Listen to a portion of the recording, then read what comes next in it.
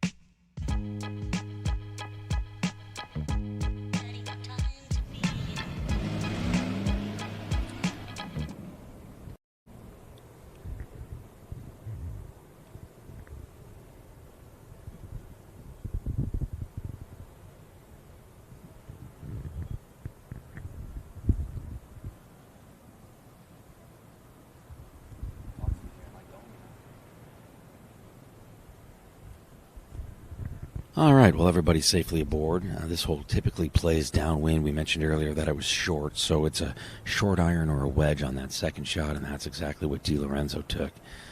Biggest fairway on the golf course, so it was bombs away, but we talked about that second shot being blind, and that's got DiLorenzo with quite a hefty downhill slippery putt that's going to move from left to right. This is his attempt at birdie, currently tied for the lead at 1 under. About a 100-footer here. Gets it started well. It's going to start to move to the right. Creep a little more for birdie. Oh, what a fantastic putt. Great pace for DiLorenzo and a tap-in par here at number 8.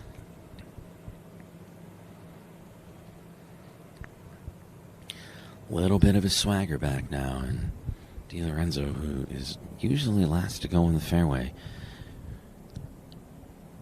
was first to putt and first to finish.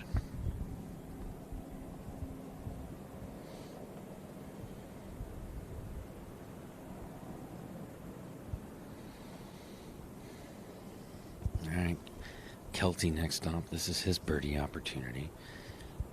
He hit above the pin, and that in the fringe on the left of the green, and it just spun and slipped down.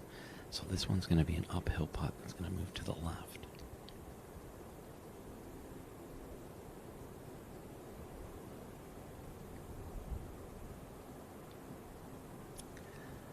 Kelty for birdie, and he will just come up a little short and left, so it is a tap-in par that he's going to take a quick look at. Interesting there. Didn't want to just knock it in, trying to play conservative and smart here for Kelty.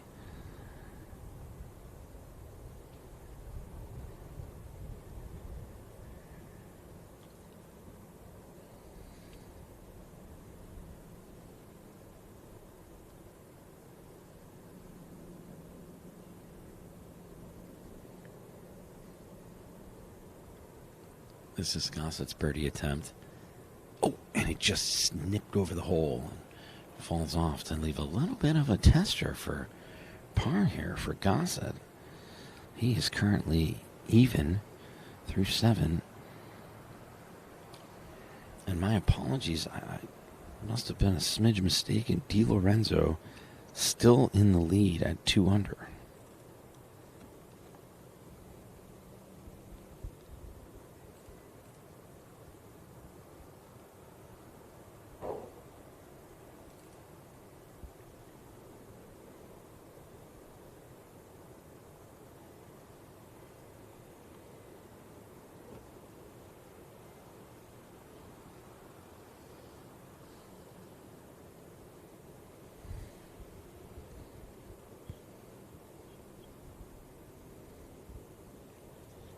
Gossett knocks in the knee knocker for par, and they are off to the 9th. DiLorenzo in the lead at 2 under. Here's a look at the rest of the field.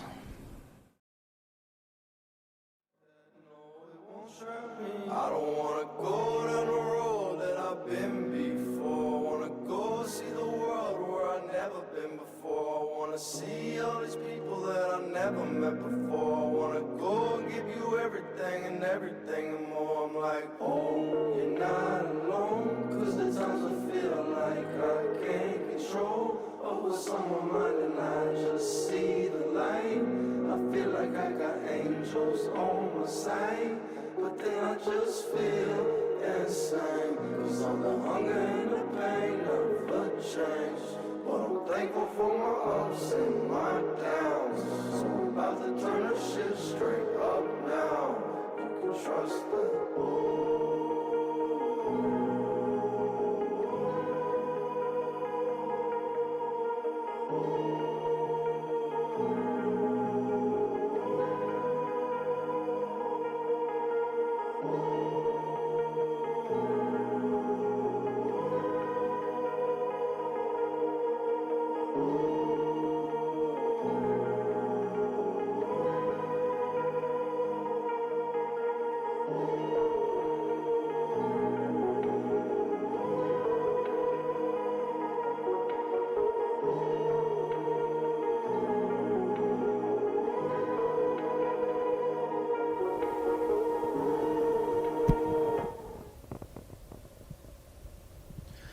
Well, tricky hole location, as you just saw from the group ahead with Nick Gismondi.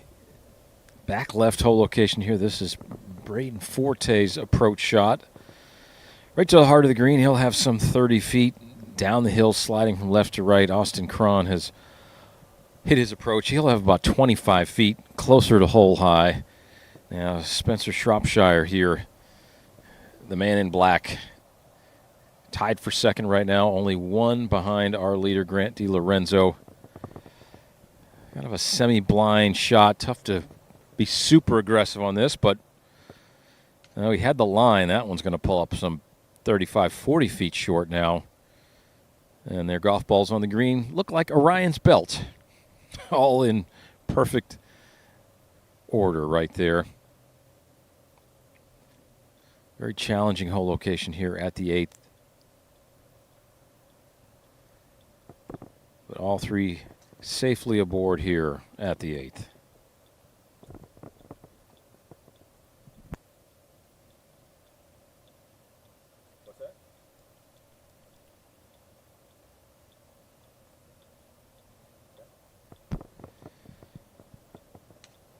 Well, as these players work their way up to the green, Spencer Shropshire is 1 under par on his round. So he is working his way up. Best score on the golf course on the boys' side is 3 under par today. And that's from both Grant DiLorenzo and Chase Birdwell, who has jumped up in the top 10, climbing 11 spots on the day as well. This thing is going to come down to the wire. It's been neck and neck. The leaderboard has just been very tight. The people really haven't separated themselves very much thus far, and this thing could come down to that Island Green 18th in just a couple hours here at the Ponte Vedra Inn and Club. This 8th green right here, we are just maybe a pitching wedge away from the Atlantic Ocean. The beautiful homes that dot the landscape around this property here at the Ponte Vedra Inn and Club. Built in 1928 as a nice little respite to get out of the north, get into the warmer weather of the south, although we didn't have warmer weather necessarily early in the week today. Shorts, short sleeves, very comfortable, right around kind of a room temperature, almost 72, maybe just approaching that. The clouds kind of keeping some of the temperatures at bay, but very comfortable day here in Ponte Vedra Beach. We're only situated about 3 miles north of the famed TPC at Sawgrass, where just last week they doled out 5 PGA Tour cards. And, the fact that we have a couple Canadians in this group, there was actually 2 Canadians that were in the top 5 in that PGA Tour qualifying tournament. A.J. Ewart actually was the medalist. He was a Canadian, and Ben Silverman was in the playoff there just a few days ago now. Shropshire here with a long-range birdie at the 8th. Oh, wow. And look at the speed of this green right here. And there's the mistake. You feel like, hey, if I hit it in the center of the green, I'm going to have a good birdie putt. But in reality, with this hole location, you'd actually rather be past this hole location today here at the 8th. And because everything from the middle of this green to the back works downhill. It's a little abnormal, but really great green complexes here at the Ponte Vedra Inn and Club. A very stern test for these players on both the boys and the girls' side. Only 2 players under par for the tournament on this boys' side right here.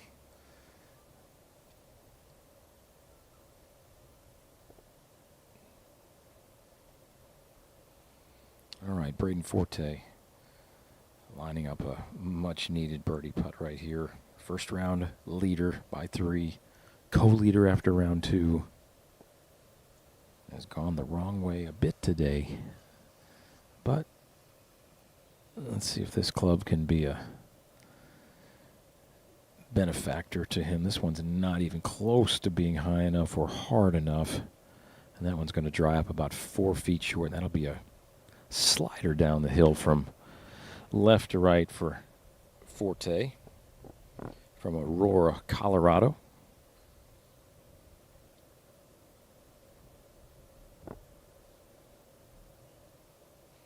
All right, now Austin Cron here, tied for third place right now. He is even par. Let's see if Austin can find the magic here at the 8th. Oh, wow, that one looked good for a long time, but that one is slithered on by some 6 feet here. Mason Carmel, the tournament director, tournament founder, he really put some juicy hole locations here on this championship Thursday here for the Elite Invitational. Not messing around. An excellent player in his own right, played competitively for many years, as did his wife, Anna. Some good offspring there, I imagine, in the golfing circles upcoming. Now Spencer Shropshire here for his par back up the hill. Yes. Ice cold. Nerves right there. That was not a simple 2-putt, but excellent comebacker there to not drop another shot away from our leader.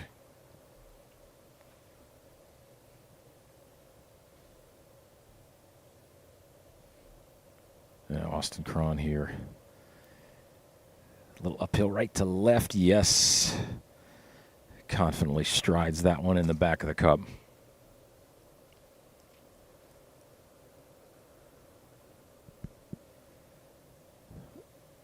And Austin Cron here, Braden Forte. He's got a little slithery one.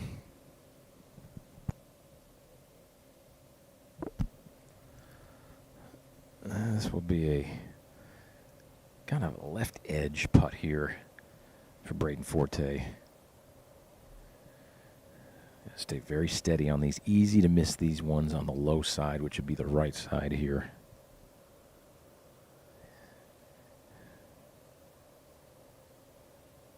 Ooh, and that one just carried way too much speed. When you hit that firm, it shrinks the hole, and that one hits the low side and rims out. That'll be another bogey. He'll work another stroke away from our leaders. Okay, let's move it up to Nick on the 9th green right now.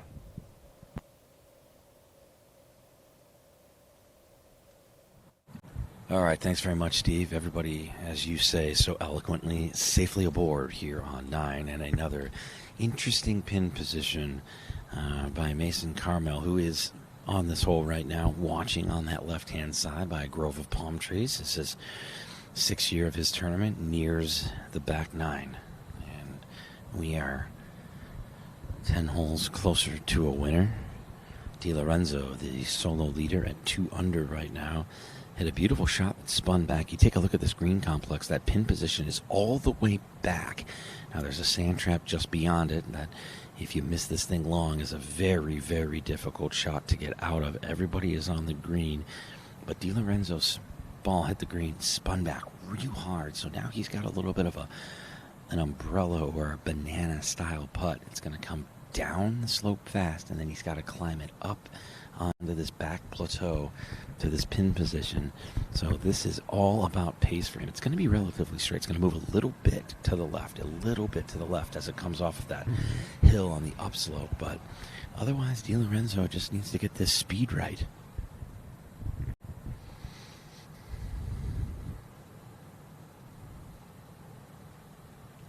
Gossett's going to be the first to play. His came up a little bit short, and he's got a tricky putt as well. Doesn't have the severe downslope that Di Lorenzo does on the first part of his putt, but his is going to move to the right as it comes up that hill.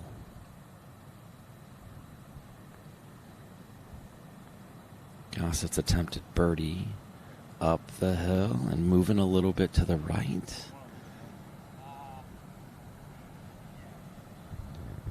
Gossett will throw a mark on it.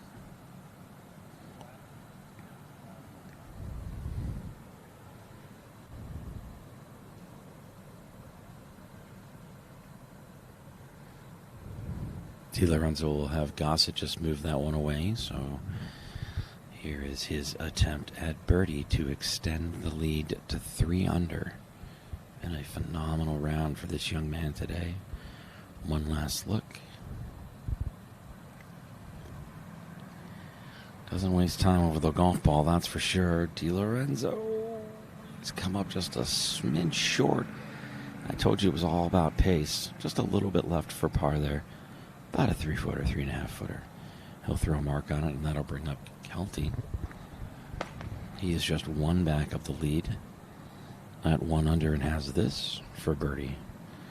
Same situation, a little bit of an uphill putt. Ball going to move from left to right.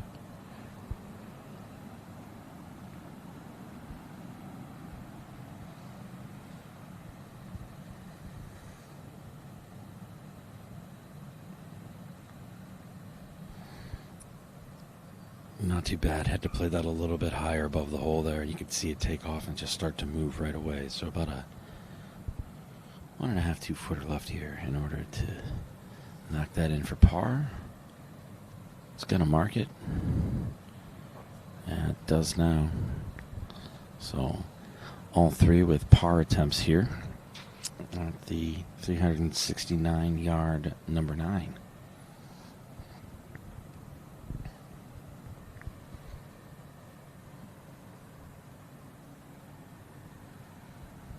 It'll be Gossett left to play with about a 4-footer here.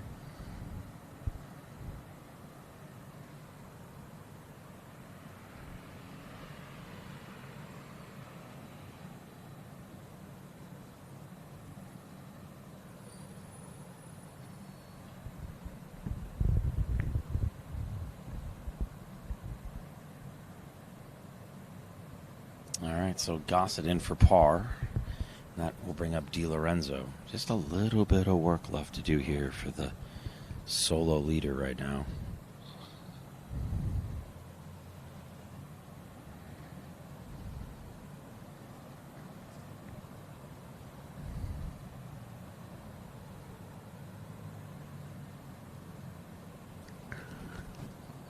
A little bit of movement, so he'll back off of it. Cart was coming up around that right-hand side.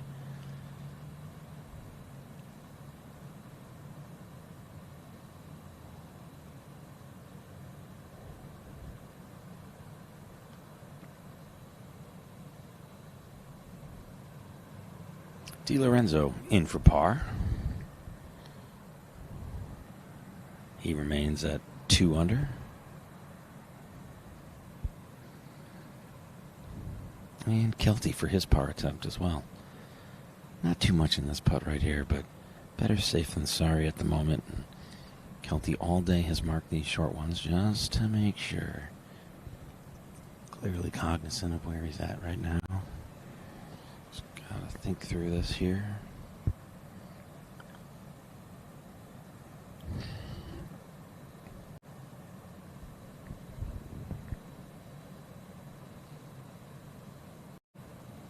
In for par, not a problem, and they will move on and make the turn. DiLorenzo still in the lead. His playing partner, Kelty, just one back.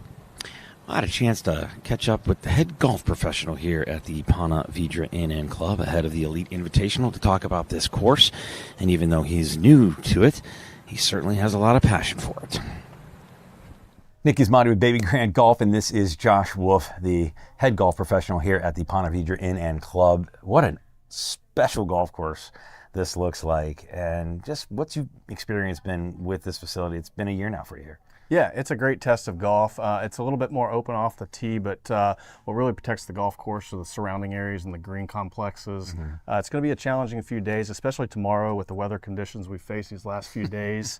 It's going to be firm and fast, but I would assume it's probably going to soften up as we get through the next few days as we get a little warmer, but it's going to be a test for the first few for sure. Unnaturally chilly weather today for a practice round. Luckily, there were a lot of players that came in and got one in decent weather yesterday, but the exponential difference in the temperature and conditions here. That's a big factor. It is. It's a day where honestly you really probably don't want to play a practice round because you're going to go out and you're going to be facing, 25 to 30 mile per hour winds with gusts up to 40, and you're going to get a little out of rhythm. So it's a good day to probably just chip and putt and get ready for tomorrow, get some rest. Interestingly, the tournament director, Mason Carmichael, flipped the nines. So they end up finishing on a par 3. That'll be your 18th hole, one of your signature holes here. The uniqueness of that is probably the draw for making that flip. It is. Number 9's a really good finishing hole. I think you've got a nice setting around the clubhouse. And I do think if we get a north wind, it'll be blowing straight out of the north across, so it's going to be blowing to the right. It could be very challenging. I mean, there are a couple different tiers, and I'm not going to give anything away, but where he's got it on Thursday, it'll be good. Tell me about just how special it is to have such an elite tournament like the Elite here in its 6th year. I mean, it truly is one of the pinnacles of junior golf. It is. I mean, you have a wide variety of players here. I mean, 22 states and 6 different countries. Most of the field are committed to top tier Division I colleges, so it'll be a lot of fun to watch these kids. Josh, what do you think is the biggest key that you might be able to give to somebody who is trying? Obviously, they're all trying to win this, but if you're going to, what's the secret? Keep it below the hole. Greens are going to be fast. Keep it below the hole and on the right tiers. All right, I like it. Thank you so much for hosting it. Thanks for being here. Thanks for the time. Thanks.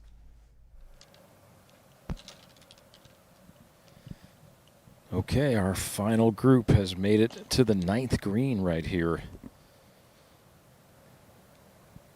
And all 3 have very makeable birdie putts. Balls dancing around the hole.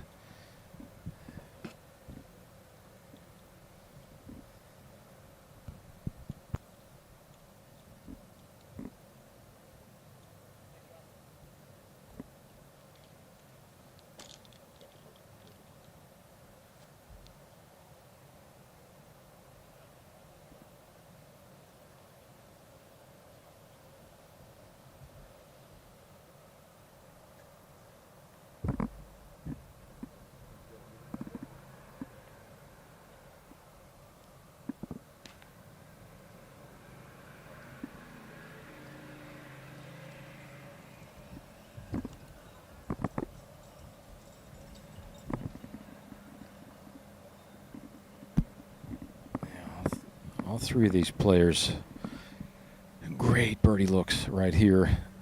369 yards worth of par 4, but kind of a tough hole location all the way in the back center of this hole. And you don't want to go long here. There's a bunker and then a cart path and then some other bad stuff behind it. But excellent wedge approaches for all 3 of these players. Austin Cron will go first. The wind's still very low here. I thought the wind would have picked up by now, but we are not feeling much at all. A little downhill, left or right with the effort. No, and look how fast that putt was. That's 3 feet by, easy. Just much too firm for that line.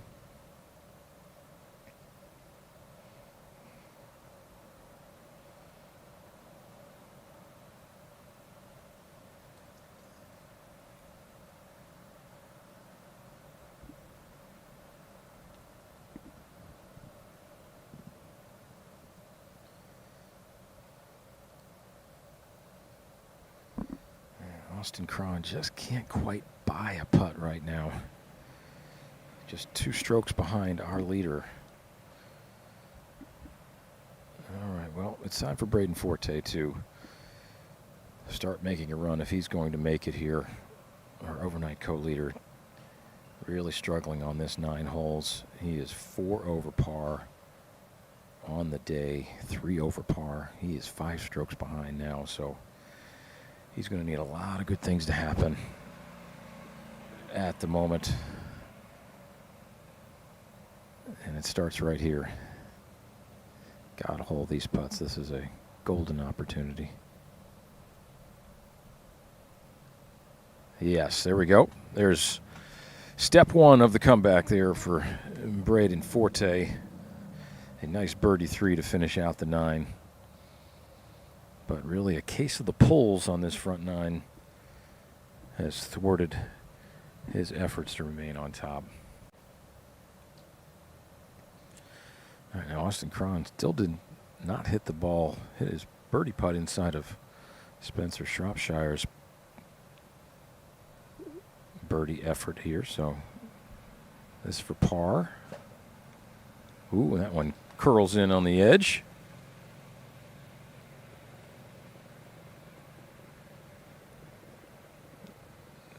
And Shropshire here, just 2.5 feet or so. What an exquisite wedge shot, just dancing around the cup.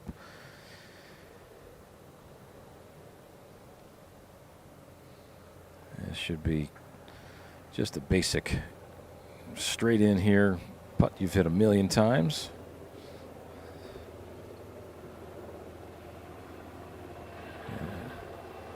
And Spencer Shropshire is now within 1 of our leader, Grant DiLorenzo, here as they make their way to the back 9. Let's move over to Rhea on the second hole. Thanks, Steve. We've got Sophia Dyer here with this chip shot on this par 3. This is the second green in a row that Sophia has missed, actually. She made an incredible big putt for a bogey save on hole number 1. She hit 2 chips on number 1, so she's probably feeling pretty good to get this up here. She sits at, again, solo second, 1 under par for the tournament. She is 5 shots back of Asterisk Tally. She's got a little more work to do on that up and down there.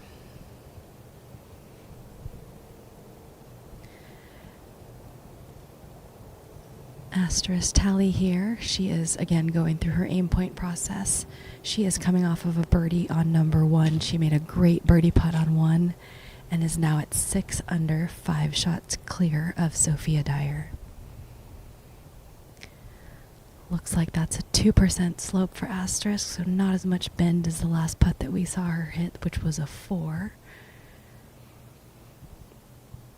A little left to right here. But at this length of putt, you gotta think she's just looking for good speed, good pace.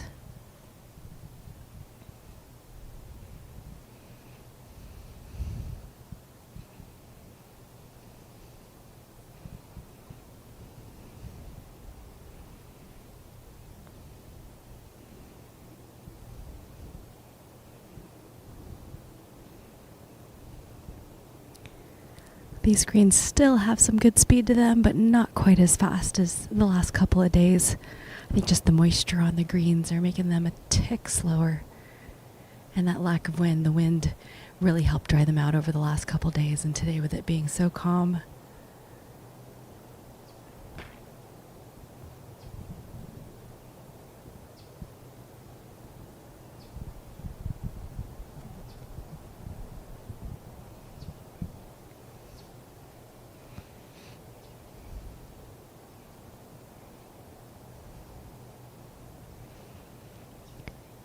Bella Dovey here for her birdie. She had an excellent approach into this 145-yard par 3.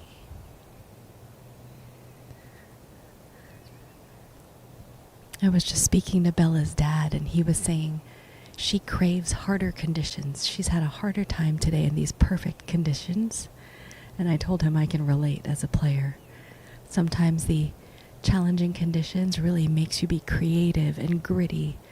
And at least for me, it got me out of my head, out of having to play perfect golf. But hope Bella can roll one in here to get some momentum.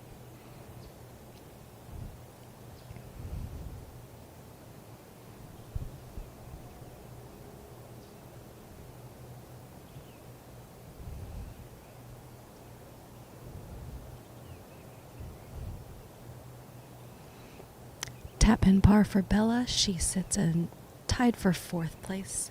She's 3 over on her day.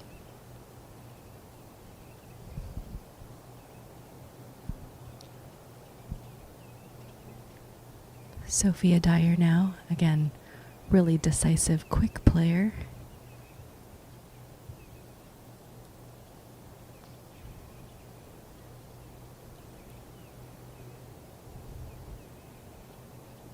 Drops one more there to go back to even par.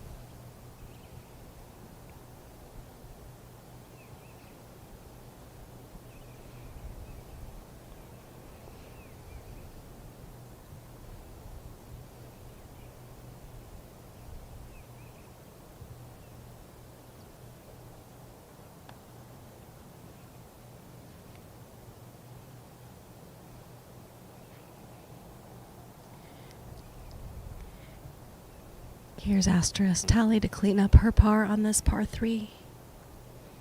Little left to right, downhill. Not too fast based on how that first putt looked. Routine cleanup for Asterisk Tally. She stays at 4 under on the day and 6 under par total. 6 shots clear of her second place competitor.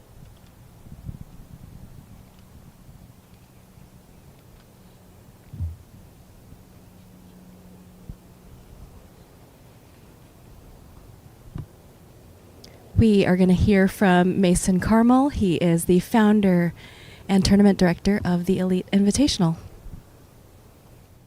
Nick Gismondi with the founder and tournament director of the Elite Invitational, Mason Carmel. And Mason, this is my first experience with this event. It's your 6th time doing it, but right from the top, it lives up to the name Elite. And it's for a reason. You really, truly put on an event that has a major league PGA professional feel. Yeah, I think it's not just the field, but it's the years prior that keep inspiring to raise the bar, push the standard. Each year we, as a tournament director and with my committee, we work our best to provide, a first-class event, which includes the first-class players. We're grateful that we do have the field that we have again this year. It's a great, fantastic field in terms of strength, but more importantly, all these kids embody, what we're looking for in terms of a person and a player. So when you wrap those two things together, to me, they're elite kids, they're elite people, and they're going to be elite players. And I think it is on multiple levels. The field is absolutely incredible, second to none. The names in this and the accomplishments and just who you have playing in the event, that's one level of it. The golf course here at the Ponte Vedra Inn and Club is spectacular and in just pure condition out there. And then just the way, as you said, these players are being treated with the gifts and the ambiance. And I mean, everybody says the devil's in the details, but let's break it down a little bit. We talked a little bit about the field, and I want to just elaborate on that. How do you manage to pull such talent at this time of year even as well? I mean, I think when I look at the field, I go back to year one. When I started this event, I hand wrote letters to about 100 players and was lucky enough to have the majority of those kids come play. So one of the methods that I do up to even this year is I personally reach out to players even before the application process. I spend a lot of time following the existing graduating class, which is this year's the 26th. Yep. I follow the 27s and 28s. I like to follow their progress through the year. So as they accomplish something, more times than not in the golf world, but even in life in general, I'll personally reach out and I make it a point, right as our tournament starts with the registration process, there are some players that I'd love to host, whether they've won a big tournament or they've gone on to, be nominated for a character award or whatever it may be in their specific state, region, school. And so, yeah, I think it's putting the big group aside and just being, one-dimensional, reaching out to these players. And then, as the application process goes, this year we had close to 600 total applicants. Incredible. For 96 spots. Incredible. Which in my perfect world, I'd host all 600 of them. But going through and finding out, all right, who's going to play, to us, yes, does ranking matter? Sure. Does your scoring average matter? Sure. But I look at other things that, like I said, embody an all-around player, and that's what, our focus is. And I think the way that I set up this golf course and challenge these players to really be tested, that they're going to, how they're going to see at the NCAA National Championship, which all these kids are going to end up playing in the NCAA, and they all have goals of playing onwards. So PGA, LPGA major championships, US amateurs, you're going to see this type of course setup when you get to those events for that level. And that was my next question as we talk about the levels of the elite. This golf course here at the Ponte Vedra Inn, they've done a wonderful job. It's obviously in great shape, but the setup, it's a tricky test of golf out there. Yeah, it's the layout's fantastic. And what I did, Nick, is after we surveyed the course a month ago, I actually went and made a decision to flip the 9 holes. I did that because the way that the wind prevails on this golf course allows for a more challenging finishing stretch.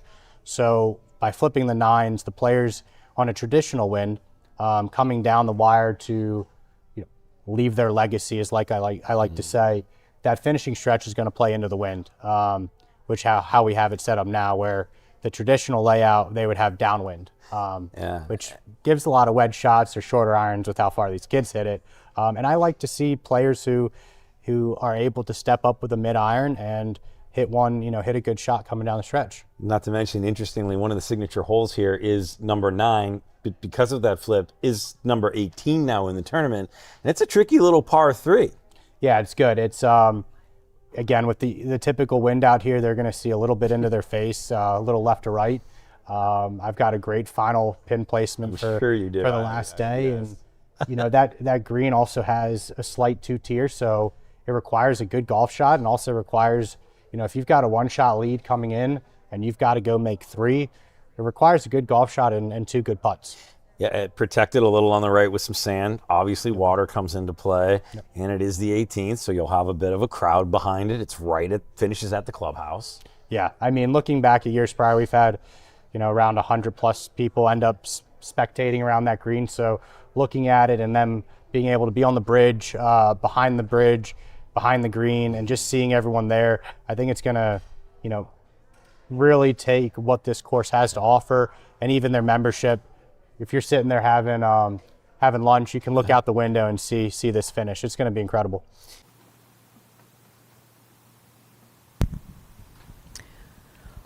We're on hole 3, par 5, 460 yards. Sophia Dyer's second shot. She's got 255 yards to the pin.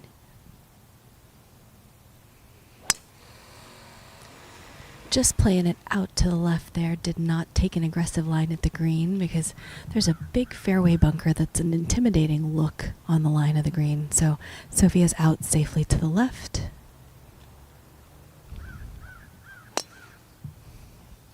Bella Dovi also safely out to the left.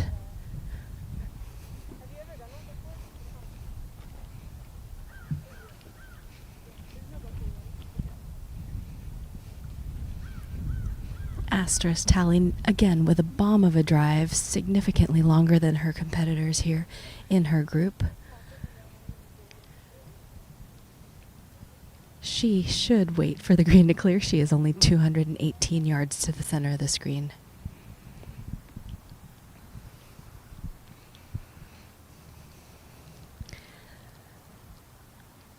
On paper, this second shot looks pretty straightforward, but the challenging thing about this shot is you cannot see where the green starts and ends.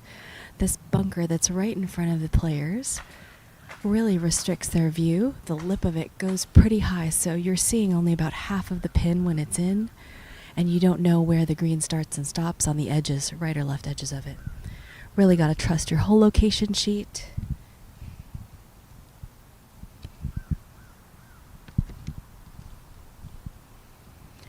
This pin today is 26 on, 5 from the right, so pretty far back right corner of this pin, of this green.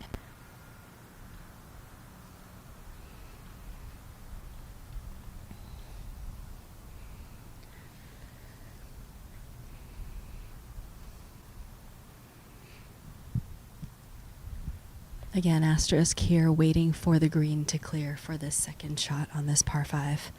She is 6 under par, solo first place in the Elite Invitational. 6 shots clear of second place, Sophia Dyer at even par. Sophia coming off of bogeys in her previous couple of holes here, looking to convert something on this par 5 opportunity.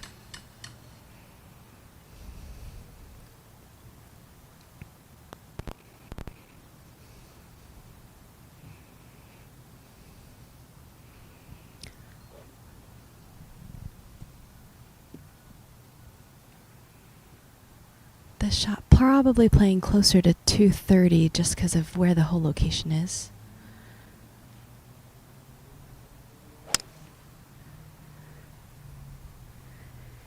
Astra's shot, it's fading a little bit. Should be right of the green there.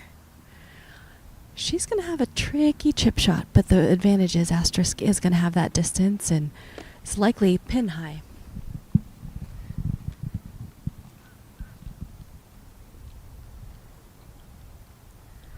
We are going to throw it to Steve on hole 10 with the boys leaders. Okay, well, we have Austin Cron here. This is actually his third shot, hit his tee shot out of bounds, but that one almost jarred it in. That would have been spectacular to make a par there, but that will be for bogey. Hit his tee shot left, out of play, had to take his provisional. Spencer Shropshire hit into the green first, just missed the green on the right-hand side. Now Braden Forte, fresh off that birdie back there at the 9th. This just from 122 yards. No more than gap wedge here, leaning as if it's going to miss the green to the right. Not too far, though, right on the edge. That'll trickle off. That was a much better shot than it turned out. Still will be a reasonable chance to make a 3 here on the 10th. And these players, you know, it's very challenging sometimes to play in this final group. All the pressure that leads into it. And sometimes you see players who come from behind a bit, like Grant DiLorenzo, who's jumped up 5 spots into the tied for first position right here, tied with Spencer Shropshire here, who's coming up the 10th here in this final group. But sometimes playing in that final group, having the lead like Braden Forte has for a couple days, not always easy to sleep at night, maybe eat as well or as much as you would like to and normally do.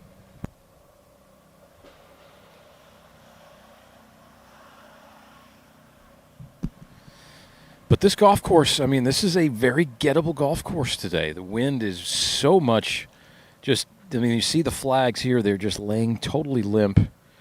The scoring, as I thought, would be much, much better.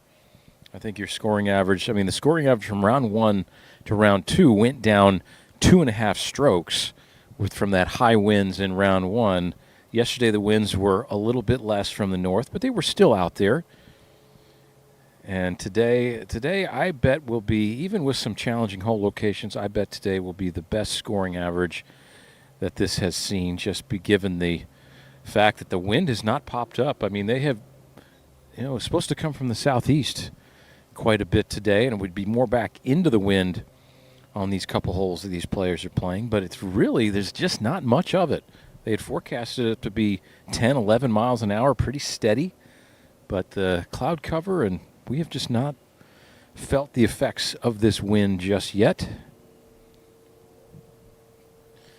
As Spencer Shropshire will roll the ball first from this right collar here at the 10th. He is looking to take the lead here from Ramara, Ontario, Canada, is Spencer. Pretty much up the hill. Speed shouldn't be really difficult to grasp, but that one is raced on by 3.5, 4 feet. And that's not what you want to do when you have the lead. Those 3.5, 4 footers start to look double that.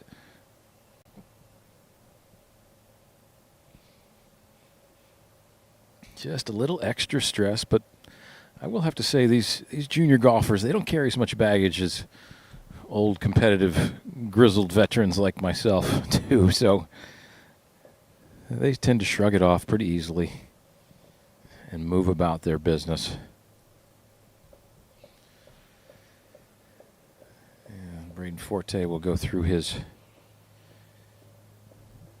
putting routine here. Got a good look at what this putt is going to do from Shropshire's effort.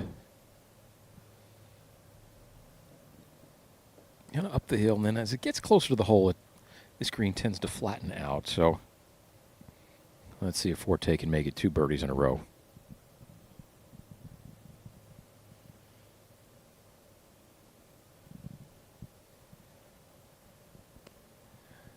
That too looks like it's slipped by a little bit there.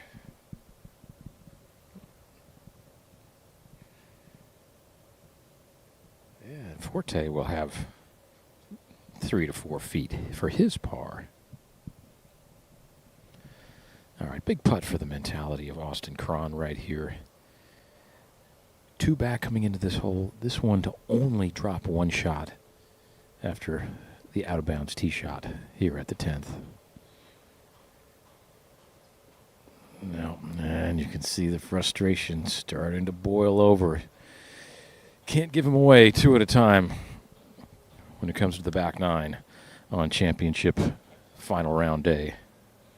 And he'll move 4 strokes now behind our co-leaders, DiLorenzo and Shropshire.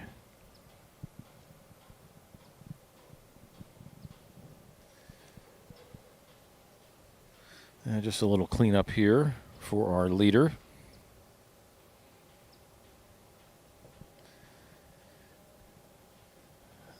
Shropshire back down the hill here from about 4 feet.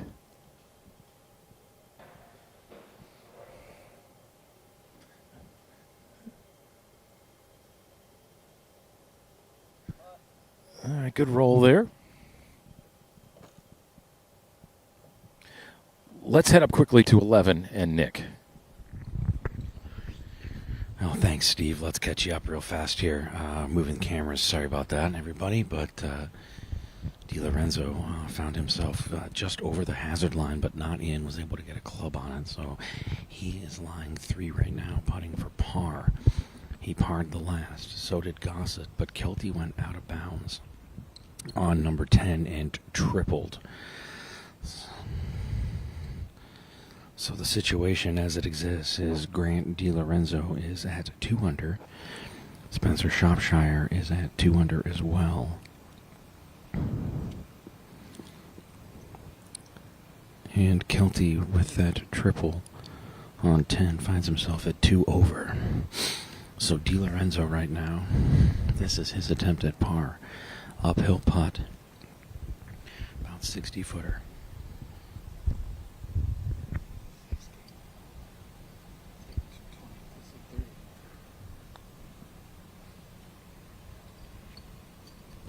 Got it. What a par save and a 30-footer for DiLorenzo to drop this one after his shot found the hazard. Or wasn't, in the hazard, but definitely over the line. Had a weird stance, and that is an incredible par save. This is Kelty.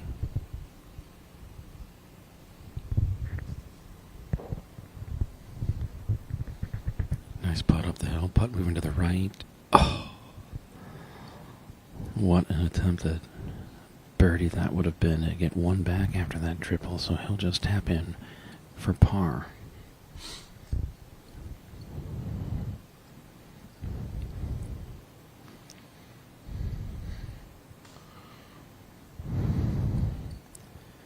Gossett also for par.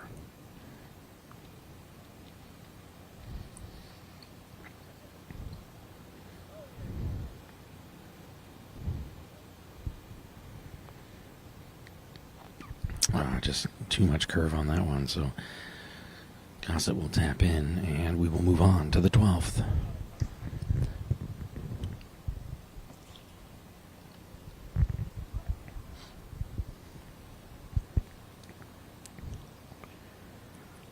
Out to Rhea Scott now. She is on hole number 3 with the girls. I'm sorry, we're going to go out to Rhea. She's on number 4. We are on hole 4, par 3, 141 yards today. Pin is back right. Tricky here with some swales. That was Bella Dovey safely on that middle line there. Bella's going to have a tricky putt ahead of her with this swale kind of in the middle.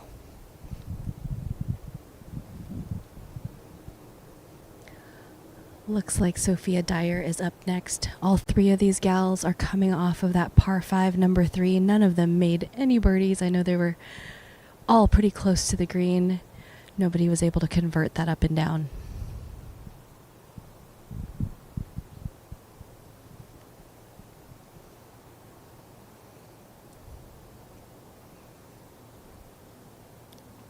To this back hole location, Sophia Dyer here.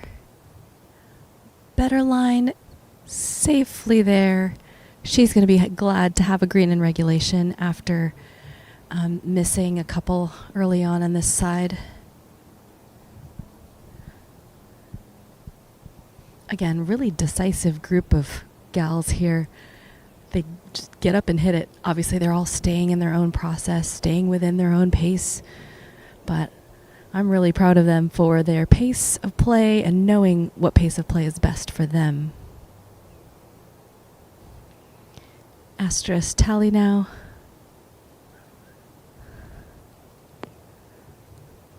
Another solid shot. But again, that swale right there is going to make it a little more challenging to drain that. But it's asterisk, so we'll see what she can do.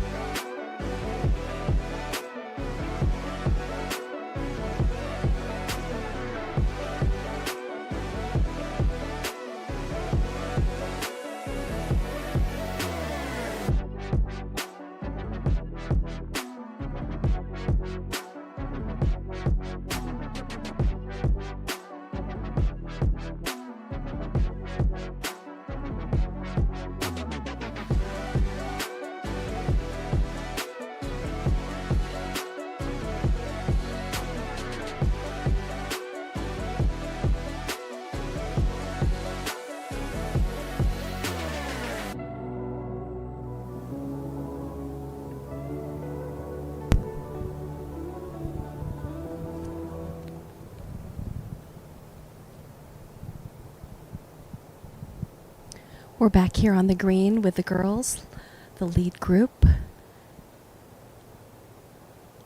Asterisk Tally has a 6-shot lead on her competitor. She's at 6 under par total.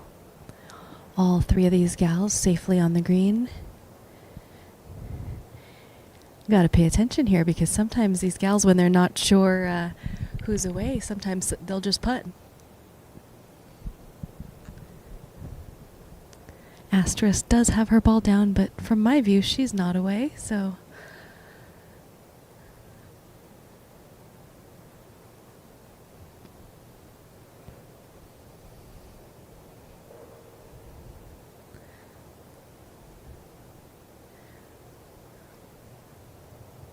We are going to toss it over to Steve. He's on 11 with our leaders. right, Spencer Shropshire firing away, has laid it well back here on this shortish par 4. Oh, wow, almost flew it in the hole. What a golf shot that was. This is a very tough hole location, and he laid way back. That had to be 165 yards into this par 4, but that came down like a butterfly with sore feet. And that putt would get him into the lead right here.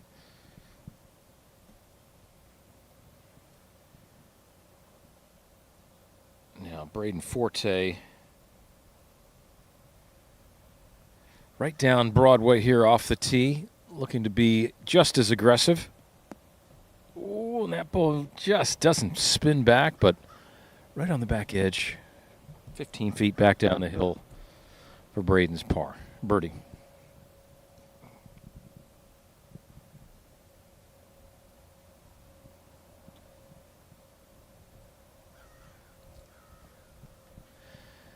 Now Austin Cron here with his approach needs to come back after that double on the last hole, and really solid shot, but it pulls the string too much, and that's going to pull back 20 feet away.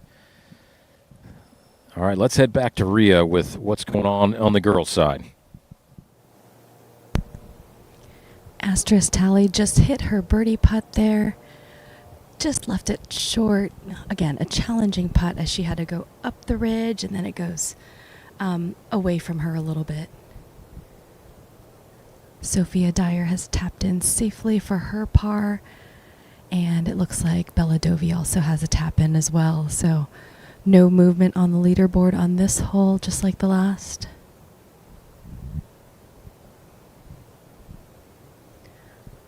Mason Carmel really put these hole locations into challenging spots today. I think that speaks to both the course setup as well as the challenge that this course is. I know Asterisk Tally is going low. She's 4 under on the day, but there's really not very many players under par today. There's Reese Wallace. She's 1 under on the day. Lucy Cook. She's 1 under on the day. Even par, Sophia Dyer, Macy Rasmussen. But not as low as we thought the scores would be today on a conditioned day like this, where there's not a lot of wind, soft as it has been all week. So Asterisk Tally, again, leading the charge here, 6 under par total.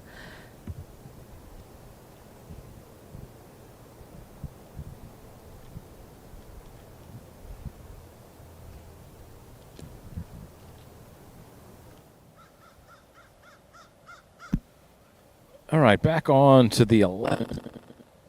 Our co-leader, Spencer Shropshire, and his fellow competitors have slipped back just a little bit in the front 9, first 10 holes of this final round.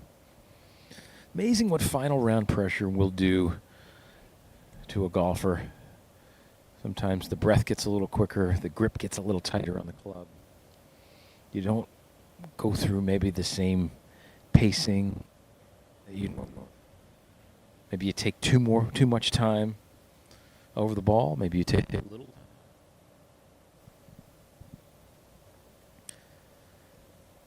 So, all sorts of things that go through your mind.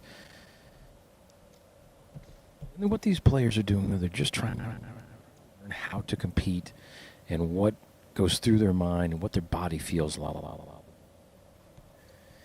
When the tournament is on the line, when you're in the final group. There, Austin Cron with the birdie up the hill. No, and just has slipped everything by. His speed has been great. He's just been a little off with his reads.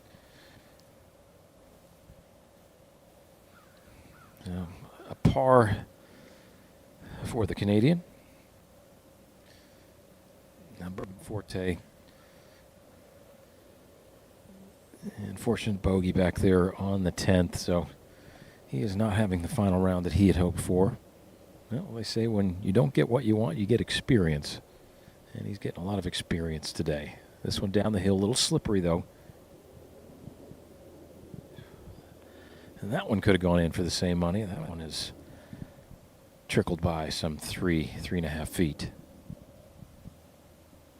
Very speedy greens here at the Ponte Vedra Inn and Club. A good 11 on the step meter. Mason Carmel has really made sure that the conditions here are a good preparatory challenge for these players. They're going to be able to move away from this and really, I mean, this is only going to help them. All right. This to take it with just 7 holes to go.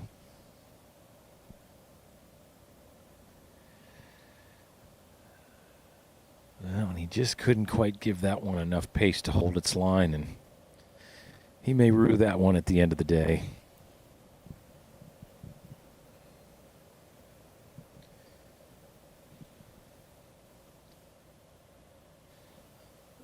All right, Forte here with a little cleanup for his par before they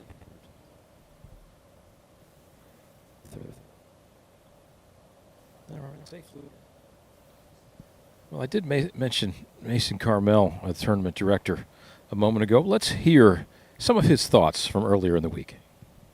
The other level of the elite kind of goes into, obviously, the staff that you bring into play, but also just the way these players are treated. The accommodations in this area are phenomenal. The accommodations here at the Ponte Vedra Inn and Club are spectacular. But then it's I don't even know how to put a dollar amount on the elevation of the tee gifts, head covers, yardage book covers, alignment stick covers, apparel, custom stamped, fine high-level ball markers and divot tools. I mean, there's more. There's even more. Rangefinder. I mean, there's so much that these young men and women are coming away with. I mean, you feel like it's Christmas, before Christmas. And it's, when we look at it, this is an opportunity to really get these players to understand their value. Yeah. And one thing that my late father taught me and instilled in me is, if you're going to do something, do it right. And I get 4 days out of the entire year to do something right. And I'm not here to compete with other golf tournaments. Yeah. I'm here to compete with myself and how well I can compete with myself. So each year I like to try to do something a little bit different in terms of tee gifts, but yet, maintain that level that I set the first year. All gas, no brakes, all in, as we've been saying. That's it. It's all gas, no brakes, and a simple motto that I live by, and is I keep my head down, I work hard, and I stay humble. You mentioned your father. He's a big reason why you do this, and his legacy has fed this and is the coal and the engine of the train that is just absolutely tearing down the tracks right now. Explain why he's so instrumental in this and why you've carried that legacy on, Mace. So in June of 2020, I called my dad and said, "Dad, I've got the keys to a golf course in Hilton Head. I'm going to run a golf tournament." And he said, "You go do it. I'm going to be your starter." So come November in Hilton Head, South Carolina, there was Frank J. Carmel, cigar in hand. Okay. And he was our starter. I mean, I can see it. He was the bucket hat or anything like that. Give me the visual on the hat too. I see like this guy with a big old stogie. The cigar was in hand from 7:30 to 1 o'clock. No, he was. He lit up every room. And after the first year, I had recently gotten engaged. Shortly after that, my dad and I were best friends. We did absolutely everything together. He introduced me to the game of golf. One thing that also makes this year so special is the Ponte Vedra Inn and Club was one of my dad's first clients when he started his law practice. And what my dad means to me in this tournament was, when we lost him, I didn't think I would have the mental or emotional capacity to run this event the second year. I really didn't. And I remember sitting there looking back at year one highlights, and there was a video that our internal media team put out, and it's his voice at the start of the video announcing the players' names. And when I heard him announce that first player, it was like, you know what, Mason, this isn't about you. This is about the 90-some players that are here this week or that will be there this year. And at the end of the day, I don't want the credit. I want the credit to go to the players, then next their families, because they're supporting them and being here. and then to the course, the resort here, their staff. And to me, I'm at the bottom of the totem pole. Yeah.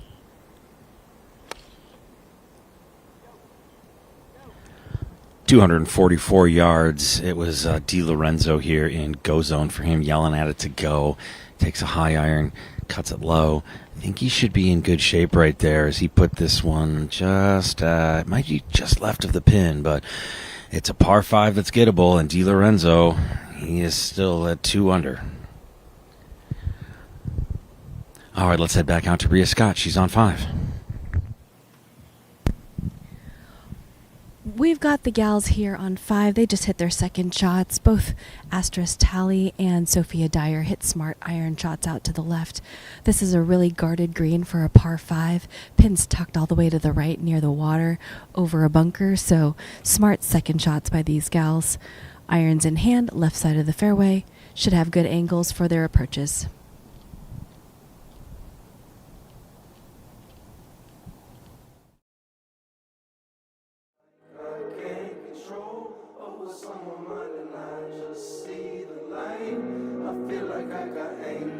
On my side, but then I just feel insane. Cause all the hunger and the pain never change. But I'm thankful for my ups and my downs. So I'm about to turn the shit straight up now. You can trust that.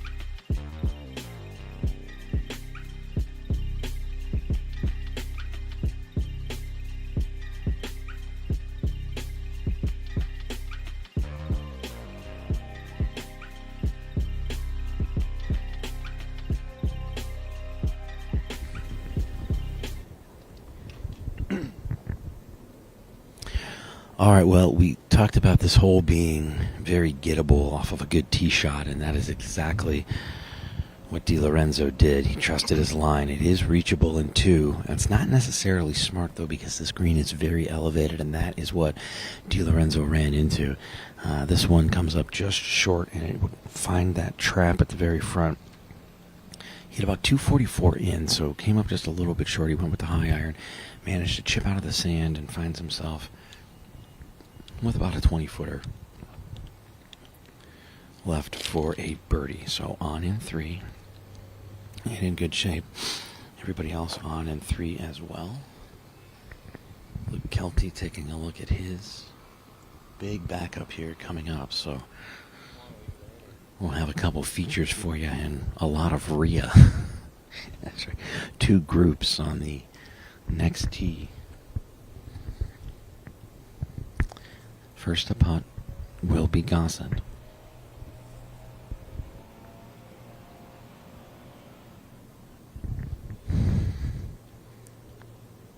Birdie attempt for Gossett. Putts away. Elected to leave the flag in. This one is gonna just get there and come up a smidge short. So a tap in par for Gossett.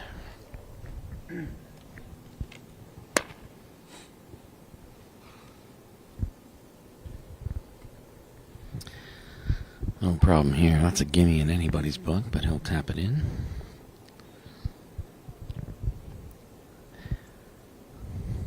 DiLorenzo, kind enough to help us out with the number in the fairway. Very calm and cool and relaxed right now. The leader at 2 under.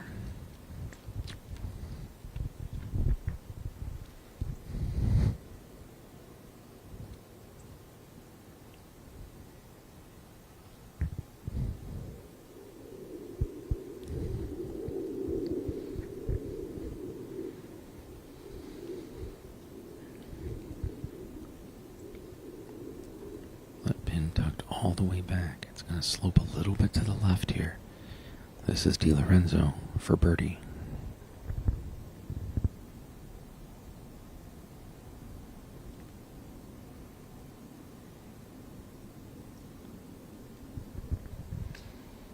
Got it. And into the solo lead at 3 under. DiLorenzo with a beautiful putt. And a nice Sandy to take the lead by 1.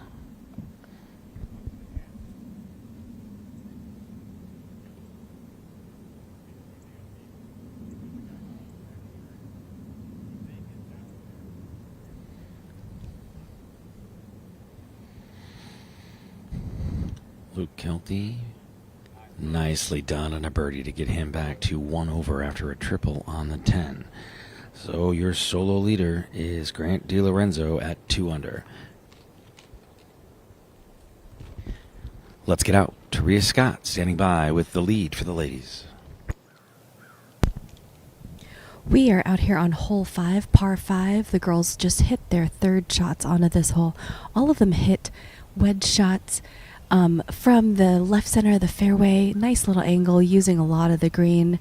One of the things that I've noticed about Asterisk Tally's wedge game, she rarely comes up short on her wedges. She knows and acknowledges that her wedges are going to come and spin back for her.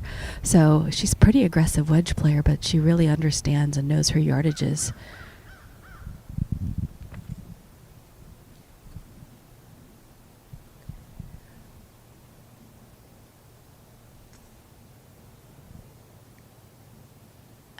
Asterisk behind the hole. Sophia Dyer, pin high just left of the hole. And Bella Dovey just short of the hole there.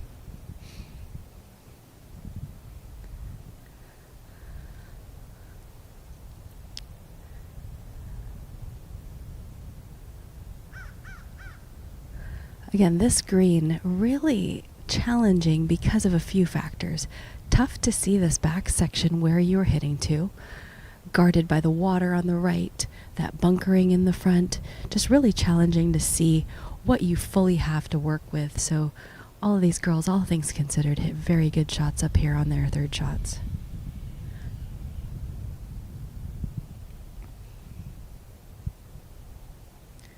Bella Dovey's dropped down quite a bit. She's dropped to 4th place, looking to roll one in here. She's 3 over on the day.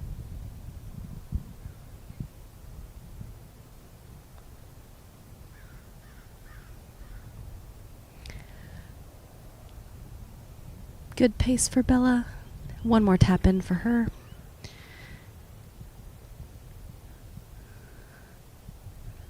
Sophia Dyer with this good look. Just under 15 feet here for Sophia. Should move a little left to right.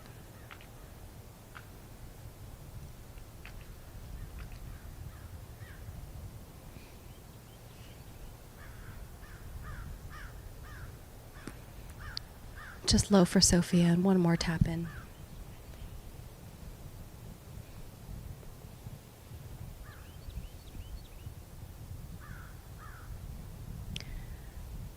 Asterisk tally with one more look at birdie here. This is to go 5 under on the day.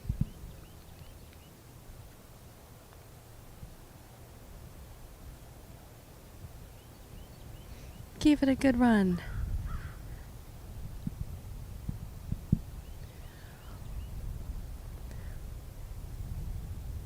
We are going to toss it over to Steve Scott to see what's going on the boys' side.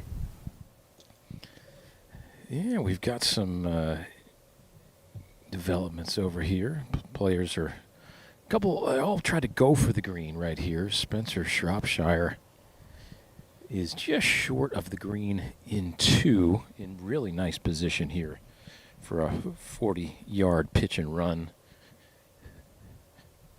Austin Cron has pulled his second shot almost out of bounds. He's going to be lucky to have a shot to move this ball forward.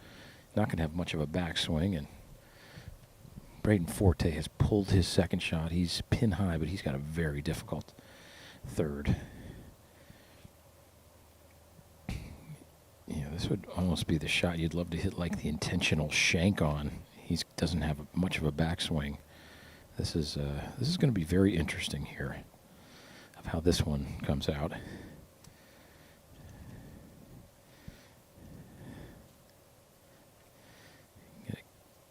Keep our camera man on a swivel here. This one could come by us here in a minute.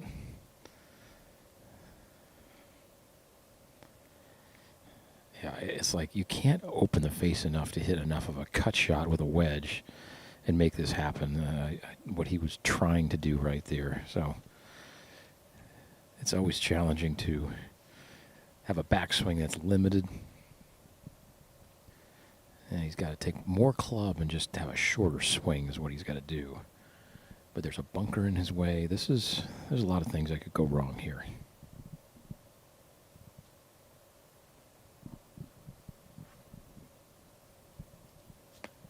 Oh, topped it. That was, yeah, I mean, there's not much you could really do with that one. So all in all, I think that's one of the better spots this ball could have ended up, honestly.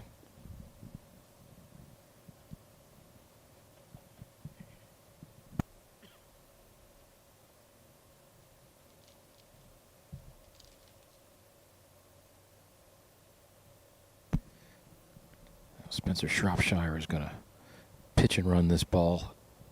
The whole expanse of this green, this hole is some 30 yards from the front edge. And that's pretty well done right there. He'll have about 7 or 8 feet for his birdie.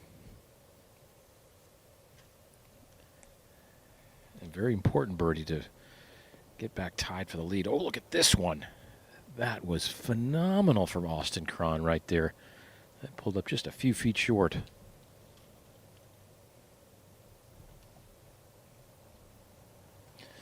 All right, Braden Forte now is going to pull the trigger. He's got a very tight lie. Over here, the green sits some 5 to 6 feet above the surface of his golf ball. Hit a little skinny. That ball's got to sit. Oh, and that could go over the green, down a hill. Really out of position here. Today with a wayward second. This is a very challenging.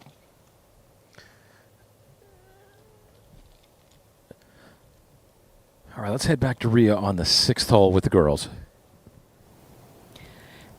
Asterisk tally here on 6. It's a par 4, 353 yards.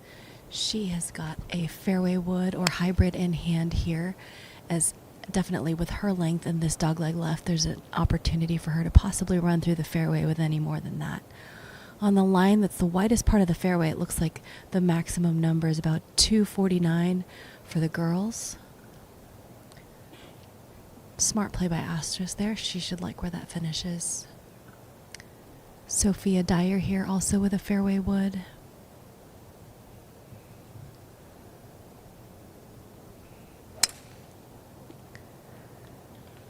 Not Sophia's best swing there. she might have to hit a provisional. That started left and was drawing. Looked like it was off the toe quite a bit based on how that moved.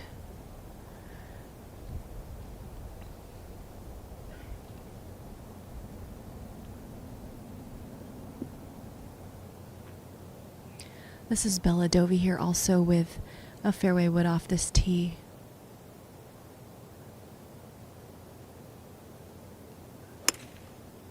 Smart play, kind of punched it up there. And we'll kick it back to Steve. See what's going on the boys. All right, back with a couple birdie putts and a par putt here for our final trio. Braden Forte hit his fourth shot from kind of a low area behind the screen at the second. Pitched a pretty good pitch shot, but he's going to have a good 10 or 12 feet for his par.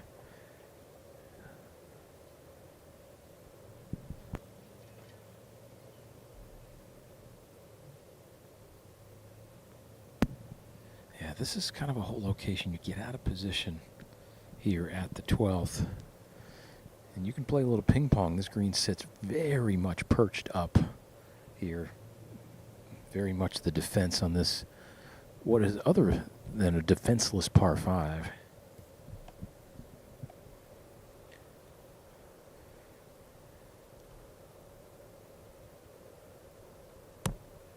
And a little right to left breaker here for the Aurora, Colorado native.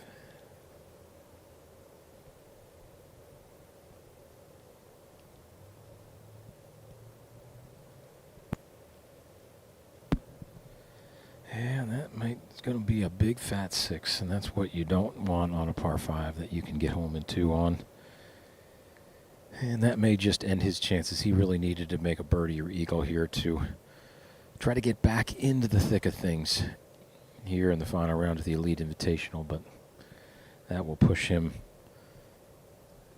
some 7 shots behind our lead now. In the lead is Grant DiLorenzo's all his own. He just made birdie on this very hole, but Spencer Shropshire, he could match him right here and get into 3 under par with just 6 holes remaining. Had a good look from Forte's putt. Oh, that is a golden opportunity. Passed on by there for Shropshire.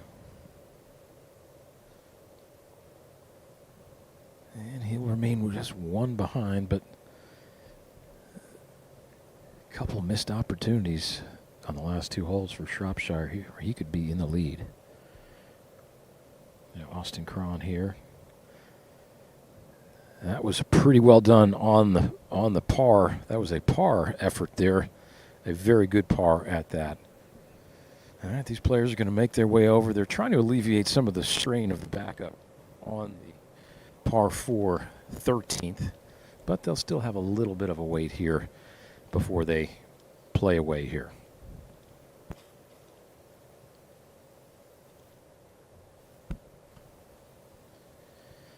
All right, let's pass this on. Nick Gismondi talked with Charlie Hipp earlier in the week about how to play the 18th hole very effectively.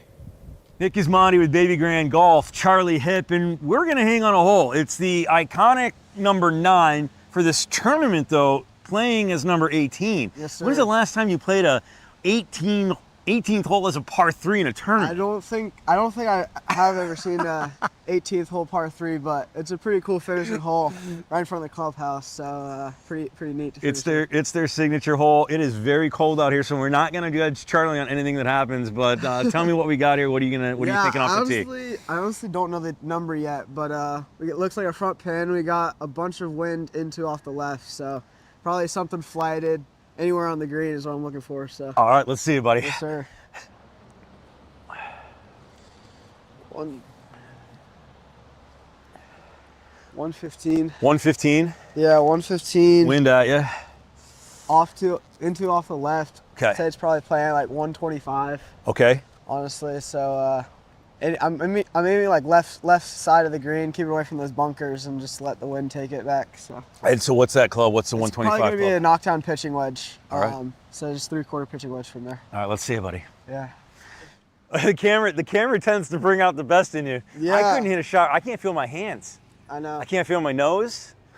It is a 50-degree day right now in Florida. It was 77 yesterday. Yeah. The rest of the week is going to be perfect. I was in shorts and in a t-shirt yesterday, and All right, can't feel let's see anything. what you got, buddy. No judging because of the weather.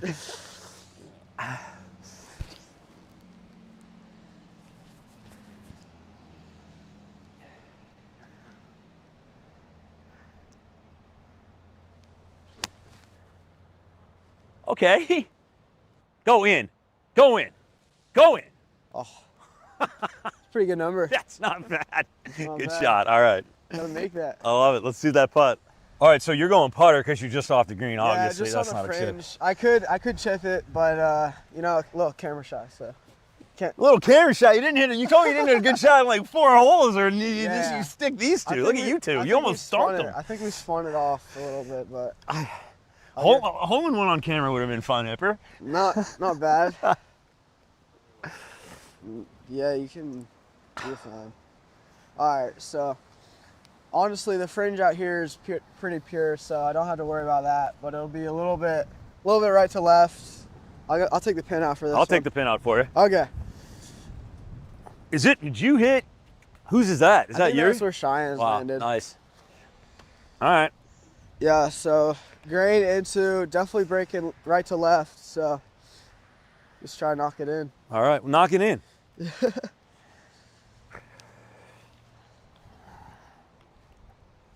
Twos are good. Yeah.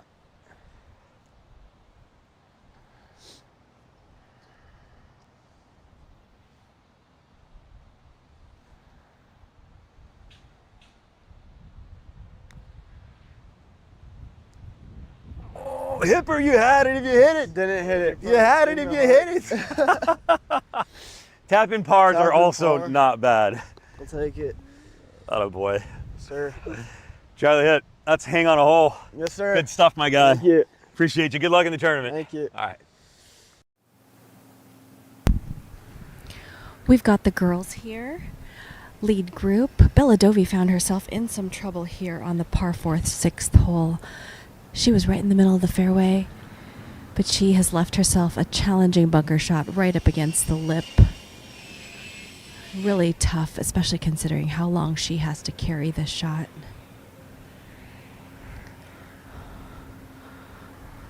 She's got to get it really lofted really quickly.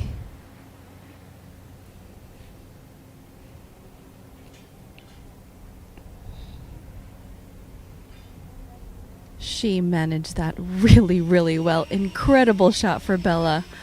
What a shot. If you had seen her lie on that side, what she had to face with that lip right in front of her. Oh, that was spectacular. Spectacular. Asterisk tally here with the rare mist green. I know she had the ball a little bit below her feet to this left pin, so I think that may have added to the challenge on this shot.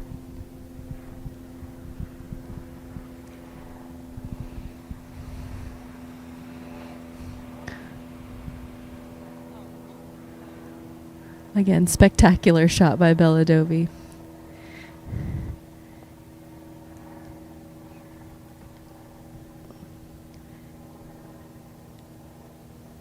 Asterisk here with this up and down.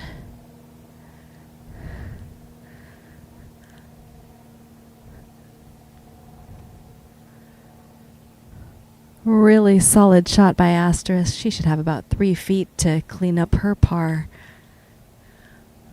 Last couple chip shots that I've seen Asterisk hit, she hit some pretty similarly, where her hands look really soft, but then they come off a little bit low. She's landed a couple of these chip shots on the fringes today and just has really judged that well in terms of distance. So great job, Asterisk.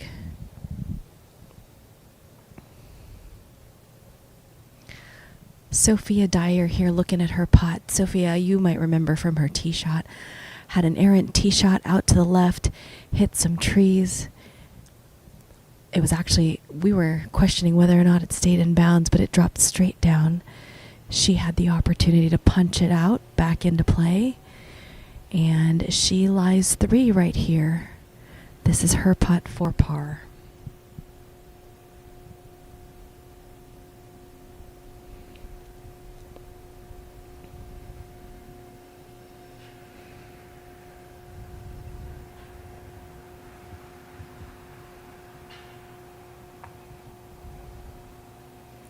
Really confident looking stroke there.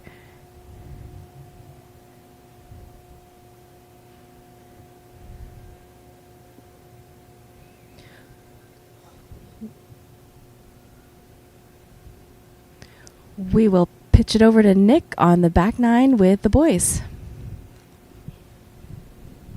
It's Di Lorenzo getting ready to hit his tee shot here on the par 4 13th, 455 yards. He's got iron.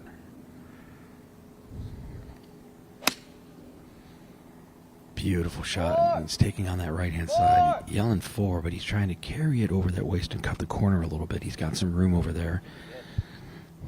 That's not too bad. That second shot's going to be over water, so he's in pretty good shape right there, typically into the wind. This is a great hole if you fade the ball, but not a bad shot by him. This brings up Kelty.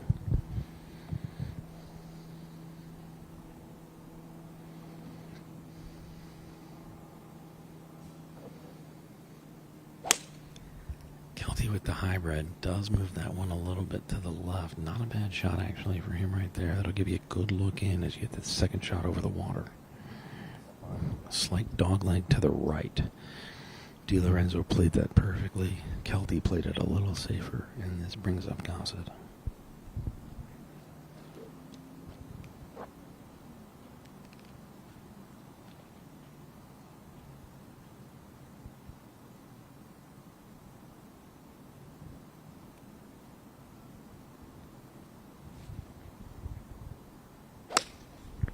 Beautiful shot by Gossett. This will be right down the middle, 2-tiered green, and that pin is on the top right side of this 2-tiered green, so it's on that plateau, so the shot over water will need to be tight.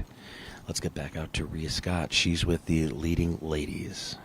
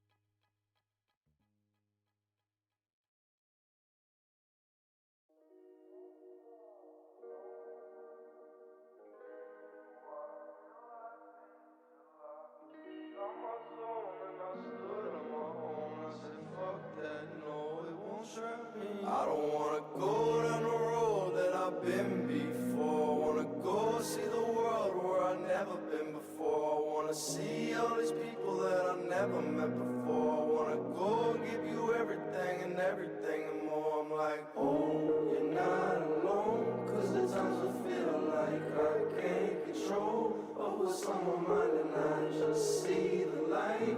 I feel like I got angels on my side. But then I just feel insane. Cause all the hunger and the pain never change. But I'm thankful for my ups and my downs. So I'm about to turn the shit straight up now. You can trust that.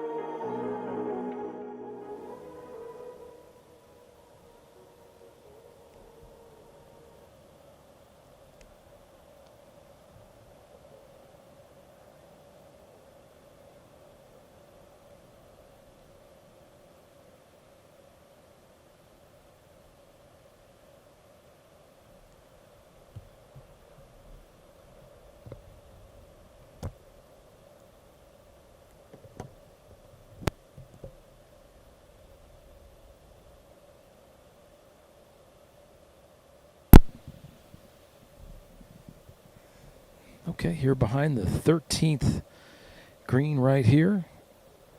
And this is the group of Liam McLaughlin from Mosley, Virginia, Isaiah Igo from Sundown, Texas, and Kason Justice from Selmer, Tennessee.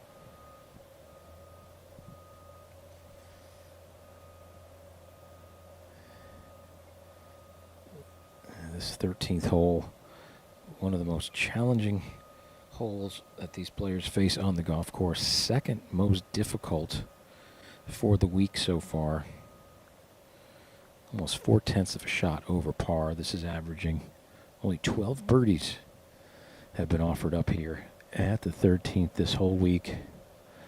It's a tricky tee shot. It's a long second, but a wonderful putt there from Kason Justice here. And let's head over to Rhea on the 16th with Asterisk Tally here. Just hit her approach shot into the par 3, number 7. Playing about 113 today with this pin tucked way over here on the right. All of these gals hit it in a great spot here on this section of the green. That's one of the things that's challenging about these par 3s and all of these green complexes is you got to hit it in the right section. I feel like especially on these par 3s, the sections are a lot more defined. Here they are. They all have great looks at birdie. But Asterisk Tally has really pulled away here. She is the only player that is under par right now on this leaderboard in a total score. She is 6 under par for the tournament, 4 under par on the day. Speaking of this leaderboard, Reese Wallace has really made a charge. She's now T3. She's also 4 under on the day. Macy Rasmussen, 1 under. She's in solo second place now. She's in the group ahead.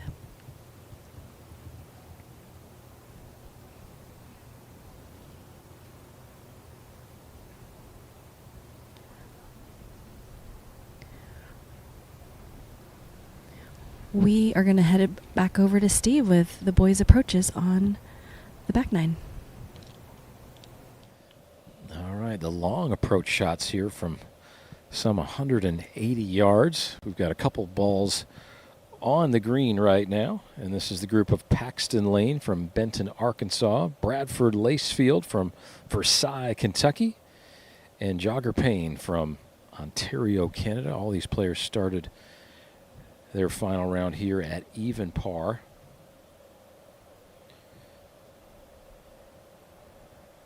Trying to work their way up this leaderboard, but our leader right now, Grant DiLorenzo, in the group behind this one, he is 3 under par for the championship, 4 under par on his round today.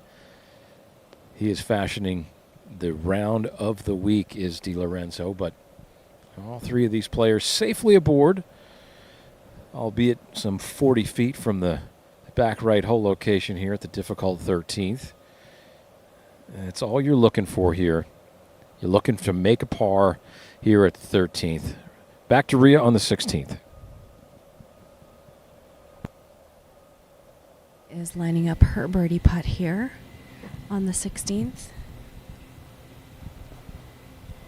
Her 16th hole, tournament number 7.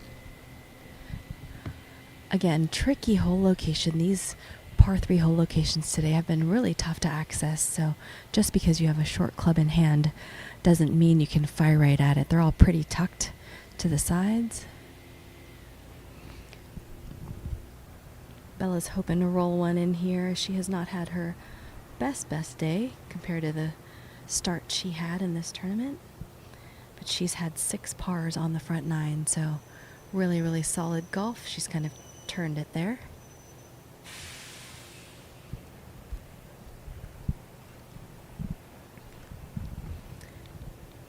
Asterisk Tally getting ready to putt.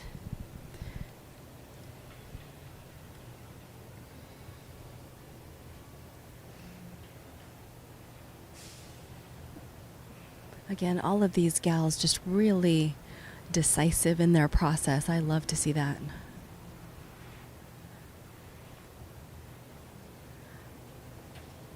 She makes another one. Asterisk Tally moves to 7 under for the tournament and 5 under on the day.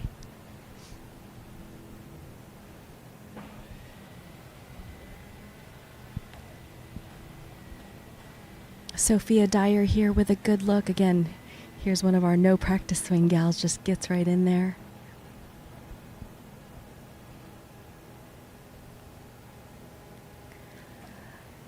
That looked low coming off the face there, and she didn't love it.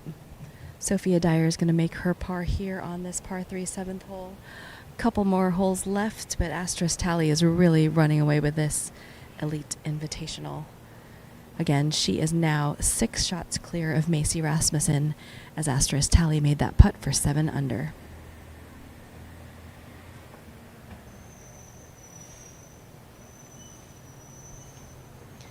Bella Dovey got cleaned up for her par. She sits in 5th.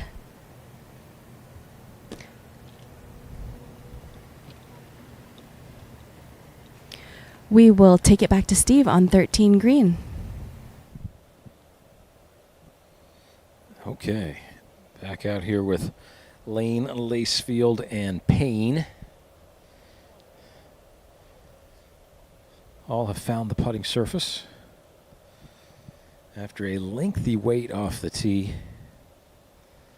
And it's just sometimes what happens on a difficult hole in tournament competition. There's going to be a little bit of a holdup. It's a tough dogleg right. It's a tough tee shot. The tee shot bends. It's got an elbow out there at about 250 yards. But you've got to hit the right angle off the tee and the right distance.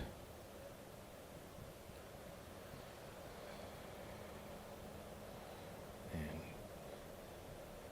all 3 of these players trying to move up this leaderboard here in the final round. Bradford Lacefield 4 over par through 8 holes.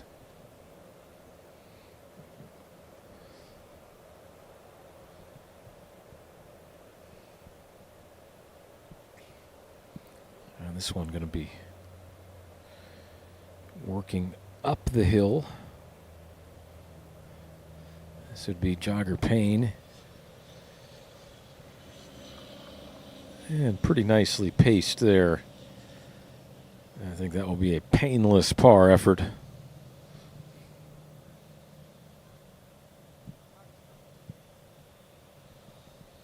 That's all you're trying to do here at 13. Find the surface into, I mean, it's fairway, green, and just 2-putt and get out of here. There is just no chasing birdies here at the 13th. It's more of a survival test.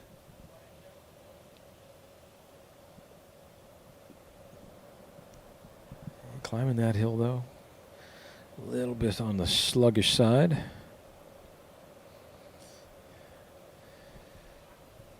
Interestingly enough, 2 yellow golf balls out of this trio. Don't see that very often in competitive golf. Maybe on the PGA Tour Champions. But maybe there's a secret to these yellow golf balls, like a tennis ball. Maybe you can kind of pick it up a little easier in the air. Might be something I need to switch to. Typically, when your eyesight goes, the yellow ball is a little bit more friendly to pick up, but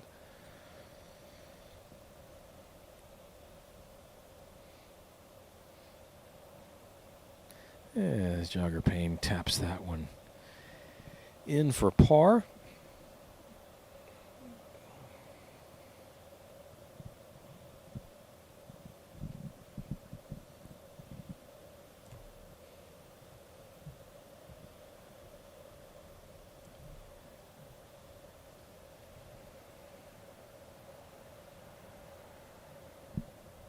And just a little bit more cleanup here with our bonus coverage of the 13th green. This is the third to last grouping. Yeah, slippery one down the hill. That was Bear Dollinger right there. Excuse me.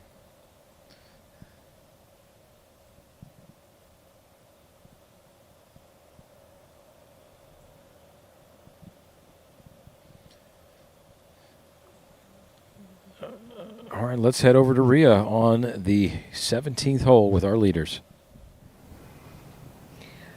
Steve said the leaders are on their 17th hole. Sophia Dyer is first to play again. She's our quick, decisive one, so she's gotten up here. She's ready to go.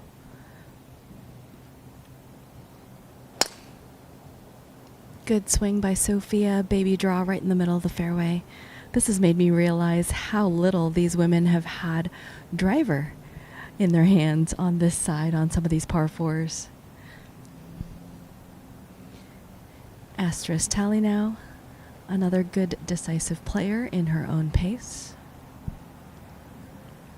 This hole's playing 360 yards today. Astris drive a little bit out to the right. It's fading a little more than she would like, but she should still be fine. Plenty of distance on that club. That water for a player that's shorter kind of pinches in a little bit, but for Asterisk, that's no problem with her distance and her length. Steve was talking about yellow golf balls. Here's Bella Dovey with her yellow golf ball.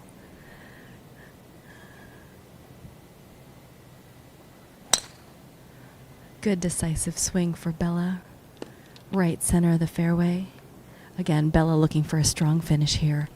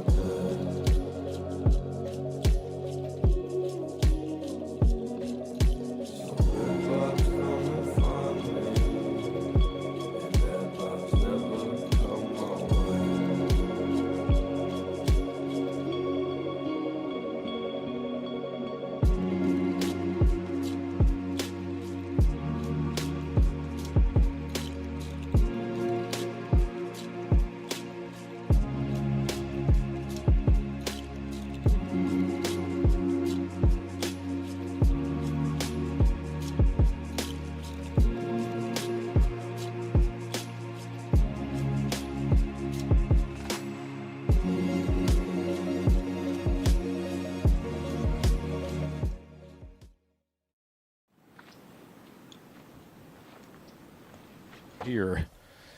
This is a kind of a gravelly, native sort of natural area. Not much of a base underneath this like a regular bunker would be. So there's not a lie really to bring this up in the air. He's going to have to play this one into the hill and really bump and run it in there. And this is our leader, Grant DiLorenzo here. This is going to test him right here. This is going to really, we're going to really see what his nerves are all about right here. He's got a shot. I mean, I just feel like he's got to play a bump and run into the hill with no cushion under this ball. But the young players these days, they are fearless. For all I know, he may try to hit an explosion shot and spin it up by the green.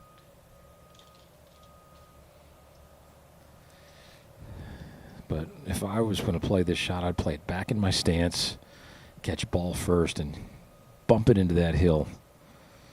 It kind of looks like is what he's doing. Yep, that was the right play. Just didn't hit it hard enough into that hill. It really grabbed. So much spin was generated off that golf ball, and now it's going to be a touchy little up and down for our leader's bogey here at the 13th.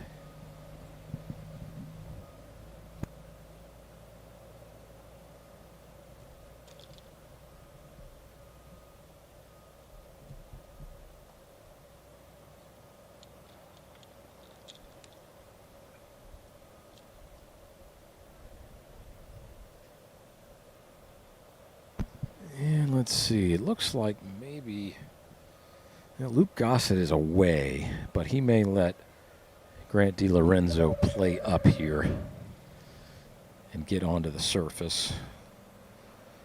I think they're talking about it right now. Yeah, DiLorenzo immediately went to putter here, which not the worst play in the world. Keep the ball on the ground. These collars roll pretty well this time of year, kind of semi-dormant Bermuda grass. Yeah, this is a fast one. Once it gets on the surface, though, it could get away from him. Yeah, he's giving it a lot of respect. Yeah, it's got to take a seat, though. Okay, that'll be a good 6 feet there for his bogey. Having some trouble here on the difficult 13th. Is our leader, Grant DiLorenzo.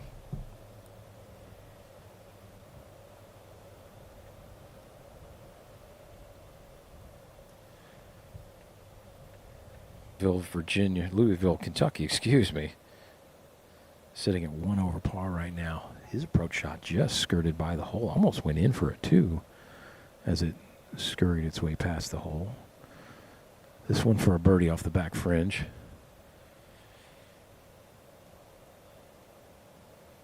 Yeah, never quite had enough enthusiasm, but that'll be an easy par. And that's all you're looking for here at 13. Luke Kelty will remain tied for 5th at 1 over par. Okay, big putt for our leader here. These are the ones that you really think about at the end of the day, should they drop.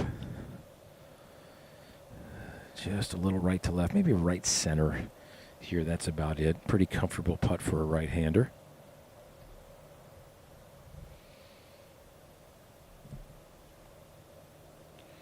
But DiLorenzo, he came out of the gates today in a flurry for the first 5 holes with a birdie. Just birdied back there on the 12th.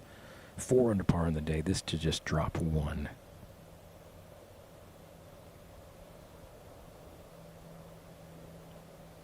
Oh, that's a big putt right there.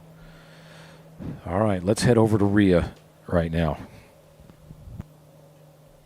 We've got Macy Rasmussen over here on hole 8, par 4, cleaning up her par. Little slider of a putt here, certainly not to be taken for granted. It's a really tough hole location today in the back left. Elevated green running away from you, so Macy definitely wants this one to be able to stay in solo second. She's -1 for the day.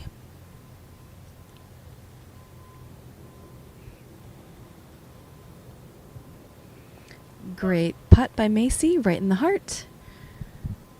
Give yourself a look here, Al. We are going to head back to Steve for boys action.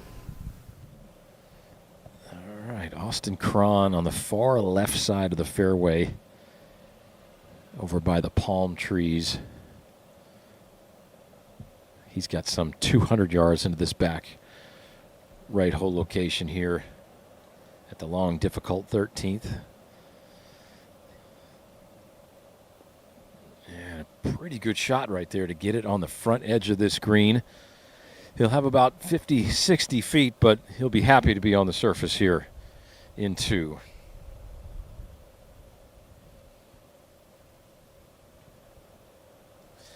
All right, now Braden Forte, smack dab in the middle of this fairway.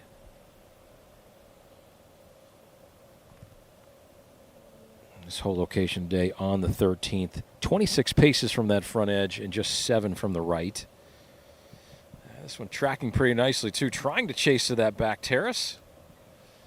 That's nicely played underneath the hole. He'll have about 25 feet as it's trying to meander its way just away from the hole. Will it stay on that ridge? All right, now Spencer Shropshire. Now only 1 behind our leader, Di Lorenzo.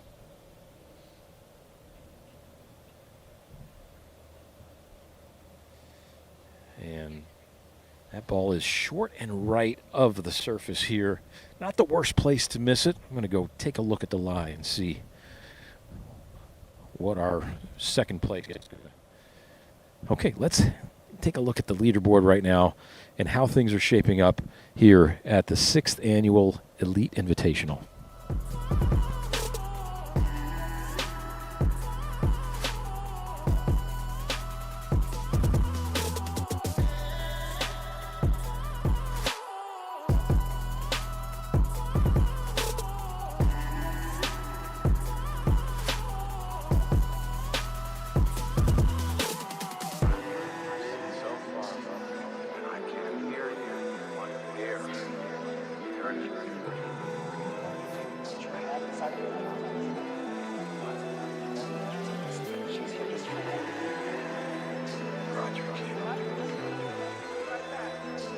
Ladies and gentlemen, please put your hands together for our host.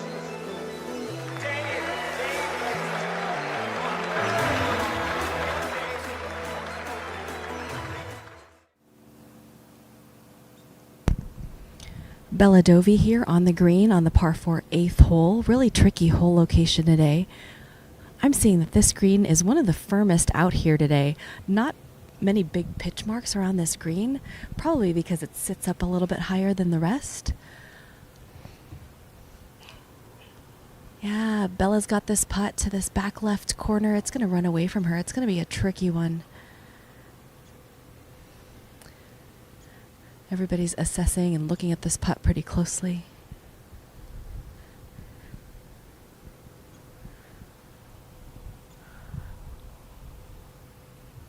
These putts that go up and then down are some of the most challenging. But luckily Bella is so aware and so familiar with these grass conditions, being from Florida herself.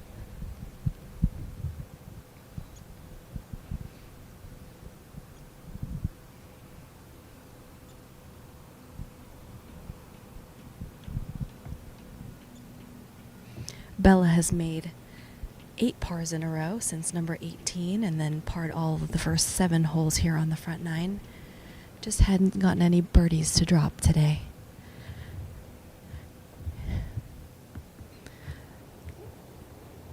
Turned out Asterisk Tally was going to come up with her chip. Asterisk hit a great iron shot in here, actually, but just with the slope at the back of the green, it rolled off the back. We were surprised to see how much it released, and obviously there is that slope there, but it was still quite a bit considering where her shot landed. Asterisk's ball was that one of those shots where we did not see the pitch mark, so again speaks to how firm that area is right around that hole.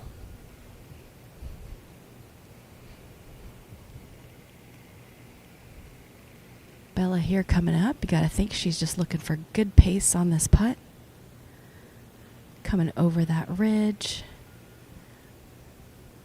She really couldn't play much more than that without aiming off the green on the break. So Bella, obviously, she knew that was going to be a challenging putt. And she's faced with probably about a 12-footer here on her second putt.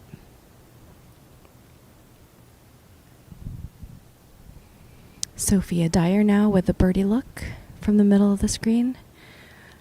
Again, probably at about 30 feet. All you're looking for is good pace, especially with how much this is breaking and running away from you. I think she will be pleased with that.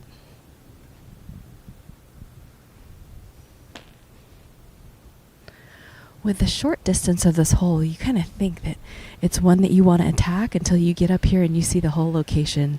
And then you realize, all right, par's a good score here.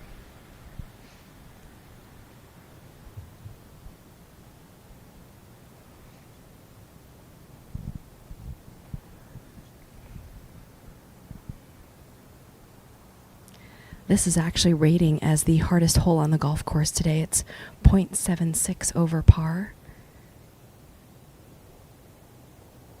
It's really hole location dependent, because interestingly enough, on round one, it was the easiest hole on the golf course. Played under par.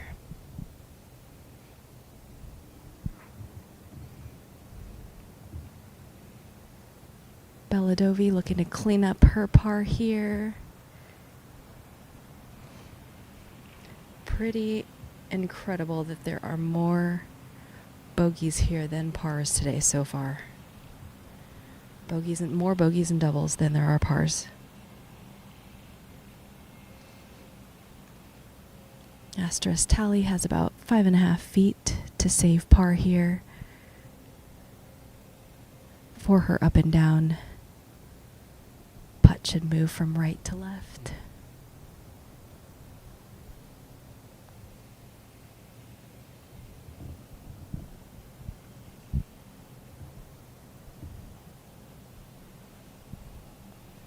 She will walk away with that bogey there.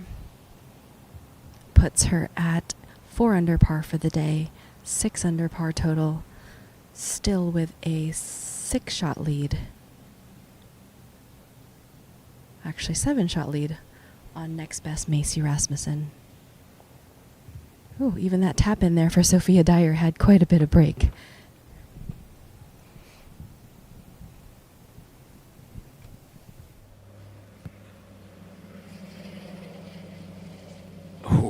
Spencer Shropshire just curls that one in.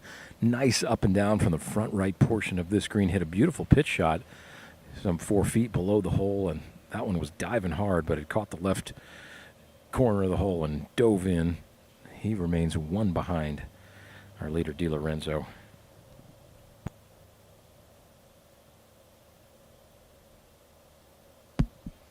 Now, Braden Forte here. A little downhill slider from left to right. These are the type of putts that turn golfers into announcers. Oh, I know it. Don't I know it? And that one misses on the low side. Yeah, he's had a little bit of putting woes today. He's had some pulls off the tee and into the green. He's going to have to, he'll remedy that, I'm sure. And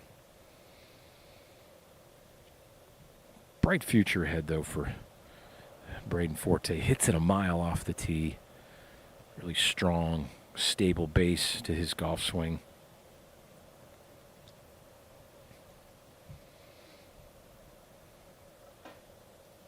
But not showing any negative emotion out there at all. Just going about his business now. Austin Cron here. Really nice approach putt from the front edge of the green and taps that one in for his par.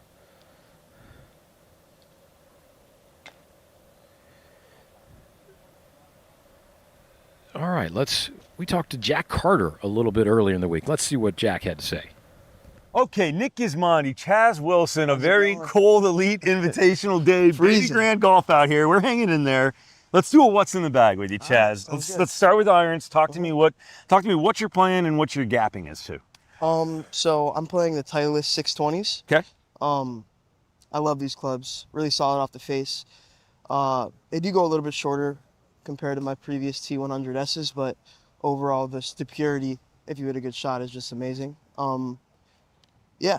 And those then, are mines. and then how about wedges? What are we working with? Wedges, I'm playing Vokey SM10s. Okay. These are great, spinny.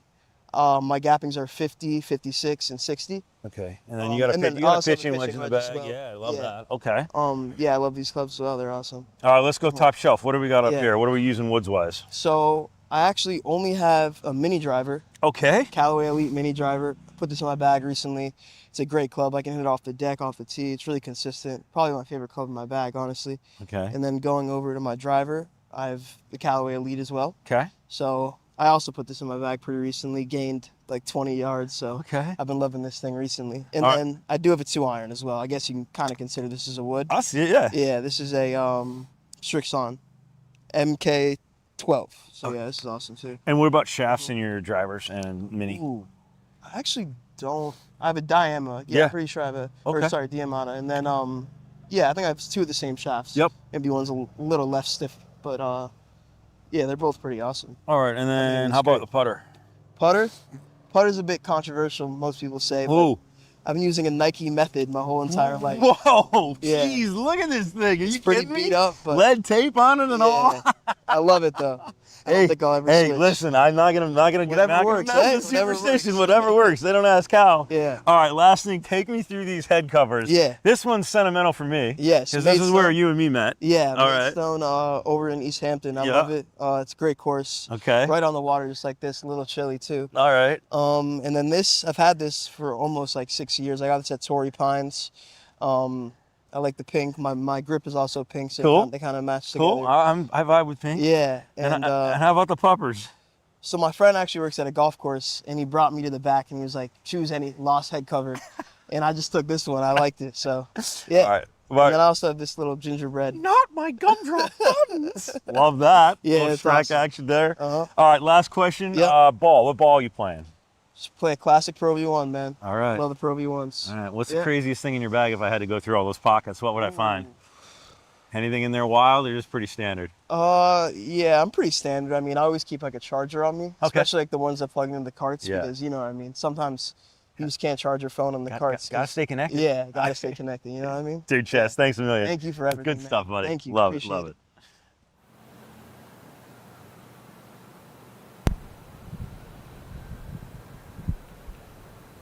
We've got Macy Rasmussen here on hole 9, 333 yards. This is about 5 feet to clean up for her par to stay in solo second.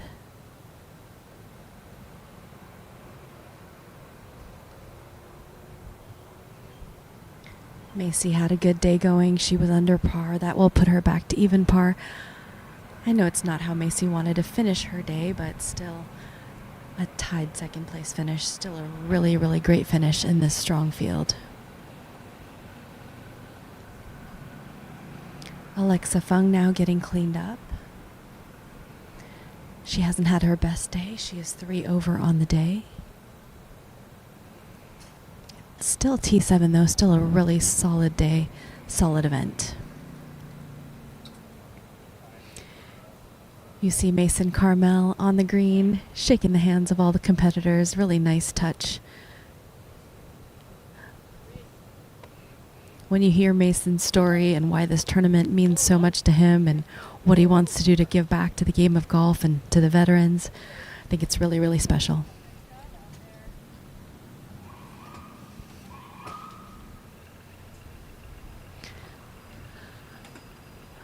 Now back to our leader group, hitting their second shots. Looks like Sophia Dyer might have some bunker trouble over there on the left side. She's staring this down. Pretty good shot considering the lie that she had. She's just on that left side of the green, perhaps on the fringe, but looked like a challenging lie. Ball below her feet. So, bet she's pretty pleased with that. Here's Bella Dovey hitting her second shot. This is one of the shorter holes on the course for these women. Bella can't see the way this ball is turning, that it's turned on the green here. she'll probably have 30 feet on her birdie. Our leader, Asterisk Tally, another bomb of a drive. Little wedge shot up here. Again, this whole location challenging on this back shelf here. Just a couple paces short of this whole location, and your ball spins back. The shelf takes it down, just as you saw those shots right there. Now, Asterisk dropped a shot on hole 8. She is at 6 under total, but again, still 8 shots, now 8 shots clear of Macy Rasmussen, Reese Wallace, and Sophia Dyer, who are all at +2 today. +2 for the tournament. You know, when the world number 11 comes in and dominates like this, I think there's something special to winning when you're supposed to win at tournaments. I know those conditions earlier in the week were challenging. They were not ideal, but I think this really, really shows the versatility of Asterisk Tally's golf game, the adaptability. Not only did she have to fly across the country to compete here in Ponte Vedra, but she had to adapt to the conditions, the grass, the wind. But again, she is such a well-traveled golfer and competitor that nothing seems to faze her.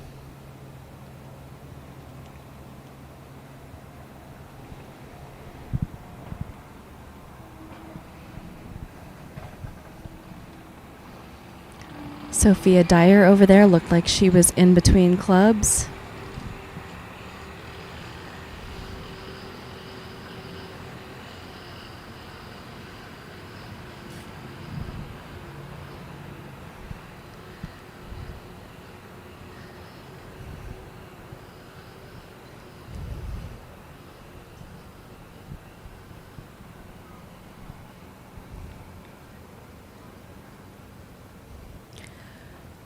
Right when she hit that chip at impact, it looks like it just got stuck in the ground just a little bit there, and she didn't get quite as much out of that chip as she wanted to.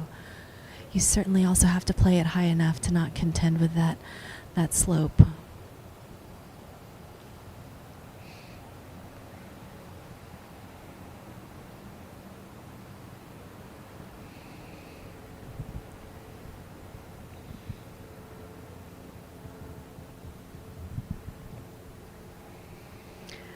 Sophia had it going for a little while. She was 3 under at the turn and just hasn't had a great back nine here today. Wonder if she pushed a little bit too hard.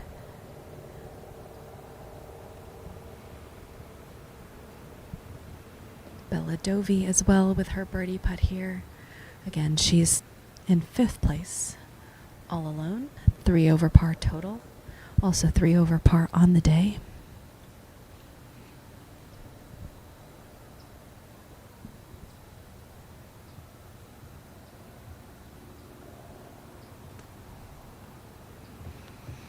Another challenging look as she has to contend with going up that slope, and then it flattens out up here by the hole. Bella's left herself 3.5 feet or so to clean up. I heard a statistic somewhere that when you are on the opposite tier or an incorrect tier as the hole, you are 30% less likely to make the putt. So obviously, first priority, get it on the green. Second is try to get it on the same section as the hole. Just challenging when you have to go up such a severe slope like that. Asterisk has about 2 feet there short.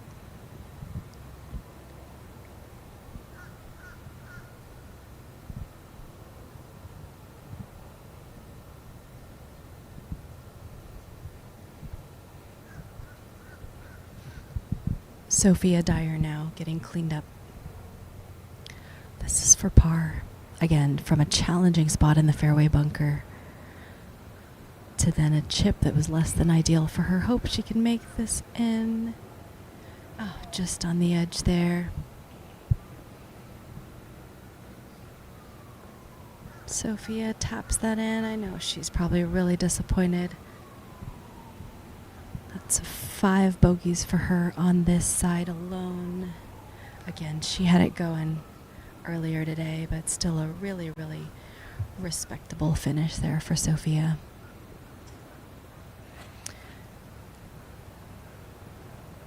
I guess this is also the place where we get to congratulate Sophia on her incredible junior golf career, hearing that it is her last junior tournament before she heads to the University of Florida. Bella here, cleaned up. Nice 2-putt for Bella Dovey.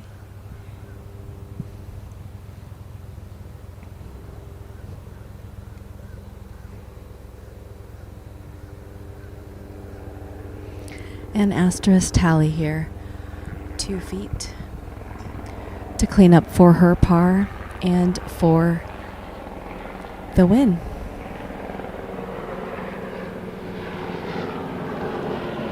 Didn't clean it up, but safely a big, big lead here.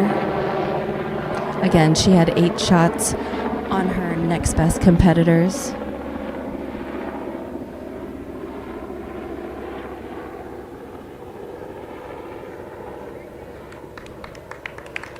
Still a great round today. Asterisk Tally still with 3 under par on the day. She will finish at 5 under par for the tournament.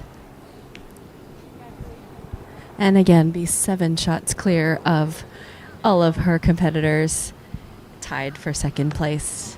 Asterisk Tally, world number 11, with an Elite Invitational Championship under her belt. Her win here this week marks her first win since the Junior PGA Championship earlier this summer in Indiana. Congratulations to Asterisk Tally. Stellar performance this week, again from world number 11. Just really rock solid all day. Gave herself so many looks at birdie. 6 birdies on the day.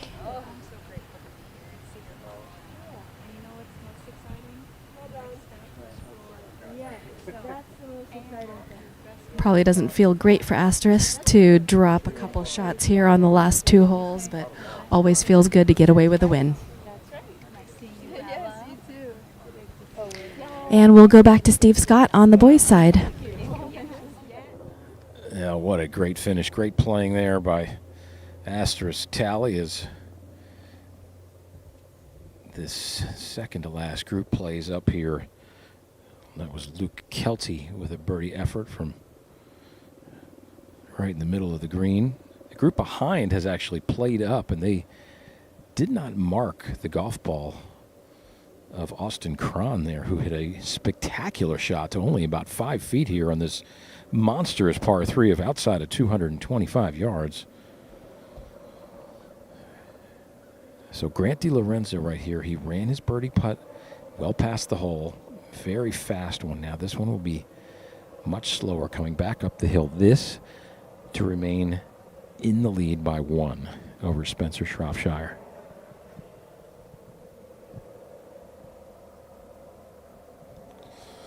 Ooh, and that may be a costly 3-putt right there. All right. DiLorenzo taps in, puts him back to 2 under on the round, 1 under for the tournament. And we always call this is the gauntlet right here. This part of the back nine, 13, 14, 15, 16, even 17. I mean, just some meaty par 4s and par 3s. This is, you're just trying to hang on for dear life.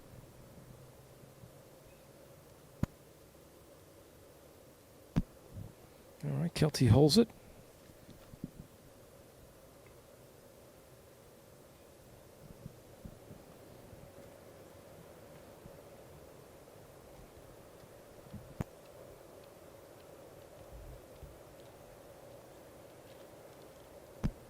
All right, in our final group here, again, they were waved up from the group ahead of them, so Braden Forte is short right of this green. He's pulling out his rangefinder. He needs He's got such a long shot here. He's in the green side bunker. I mean, this is some 45 yards of a bunker shot here for Forte. Spencer Shropshire missed this green on the right. He's going to have a challenging pitch shot himself. And Austin Cron hit it in there about 5 feet. Tremendous tee shot.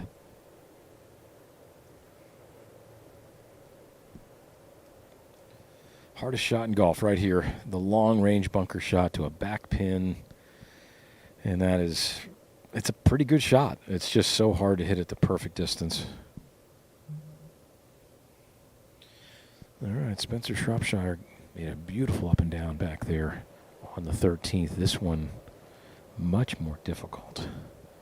Oh, looks like he's going to play it low on this one, too. I was actually a little surprised. Yeah, he trying to bump it into the hill. Oh, and it just grabs the slope too much. Yeah, that might have been one he would have gone upstairs with if he had to do that over again. I thought the lie was good enough to put a little elevation under that one, but now he's got his work cut out for him for bogey.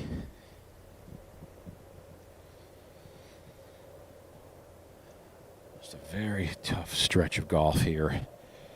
Coming down the back nine at the Ponte Vedra Inn and Club for the Elite Invitational. All right, well, let's head up to Nick up on the 15th hole.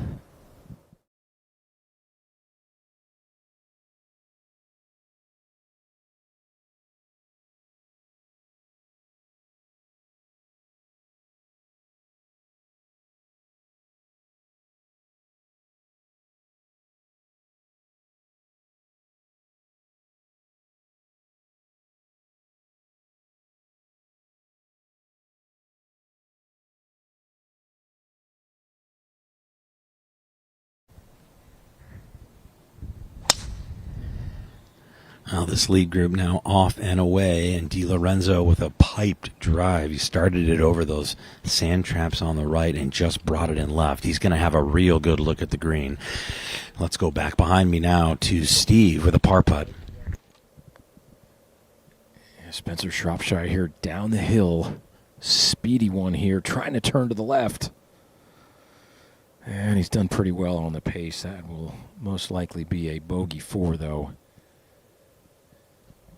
After a wayward tee shot and not a great decision in my mind on the second. I thought he was going to go upstairs.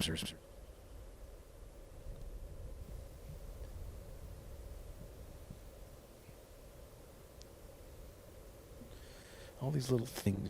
This is such a learning process. What shot to play at the right time. Under what circumstances this Bermuda grass can really grab your club. All these little things.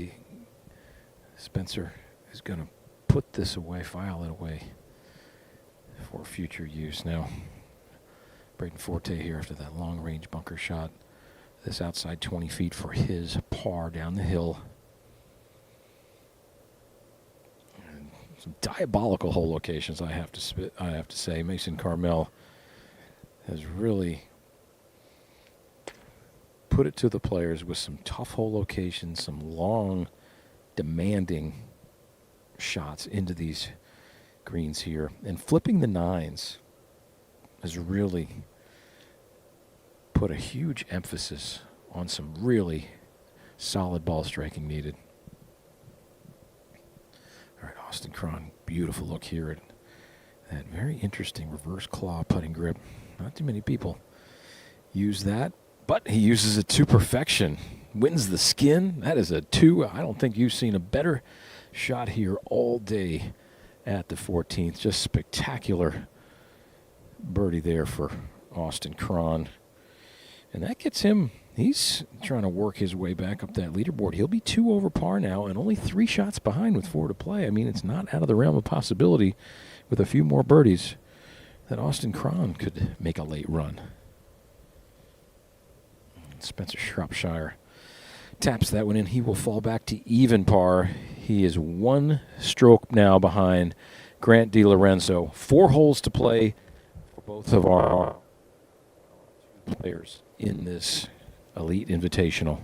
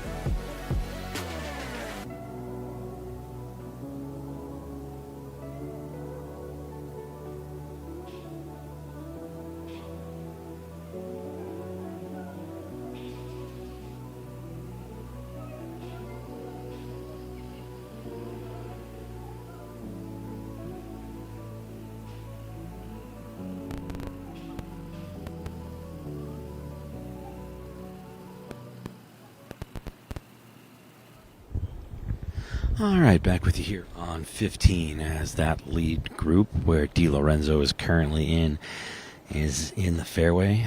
Very nice drives by all 3, and shocker, DiLorenzo, boring golf right down the middle, center cut of the fairway, longest drive of the group. I believe it'll be Gossett to play first. These pin positions today, oh goodness.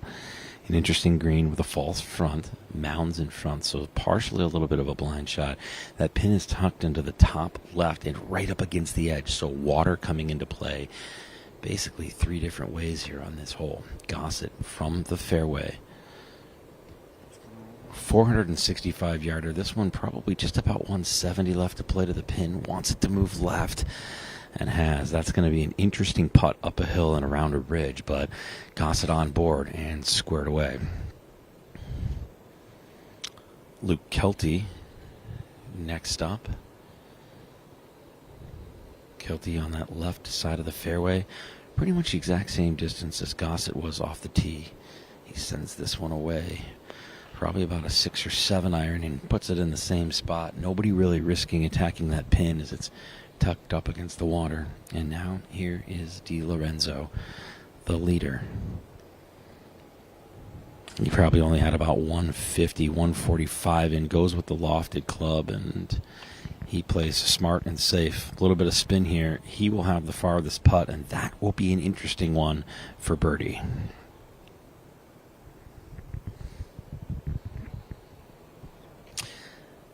Nice shots by all 3. They're in good shape. And Rhea Scott standing by on 18 with the winner on the girls' side, Asterisk Tally, the 6th ever winner of the Elite Invitational. Rhea?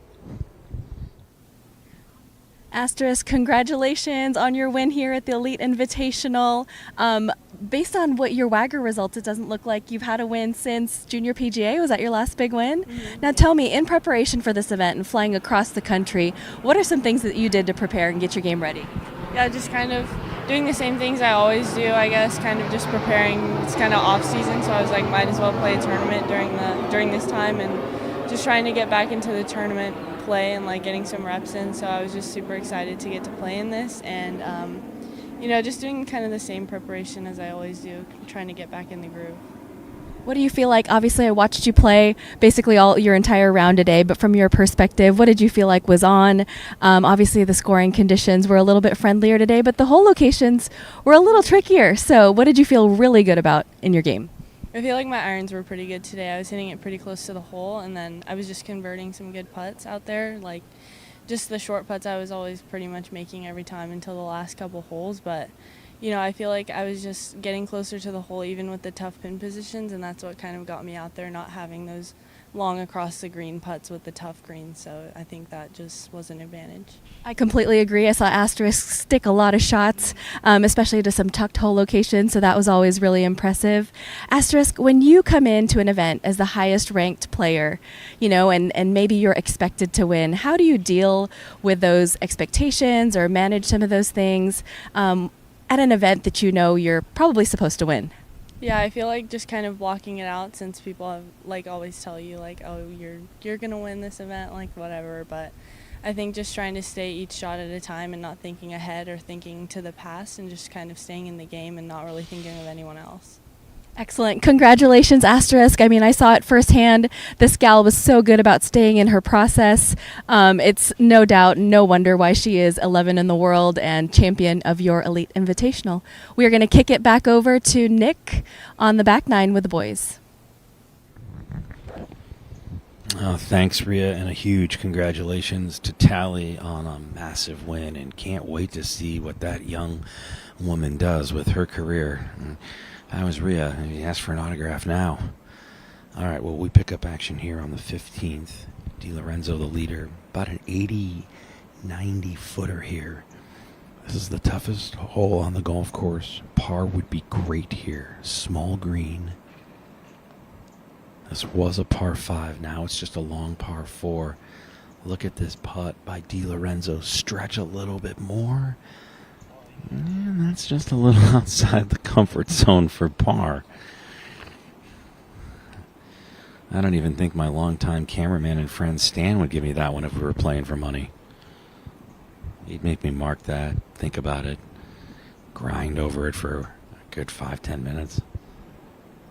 And then I'd miss it and I'd lose another $10 to him.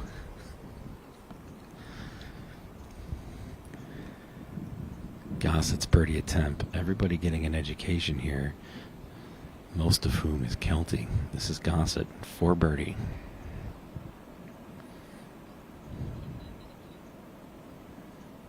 This is a great putt. Gossett has been good all day long. His snuggly tap in, no stress pars have gotta be fun. He's going to mark that. Interesting. He'll pull the flag here and just wait. So Kelty will be next to play. Also a birdie attempt.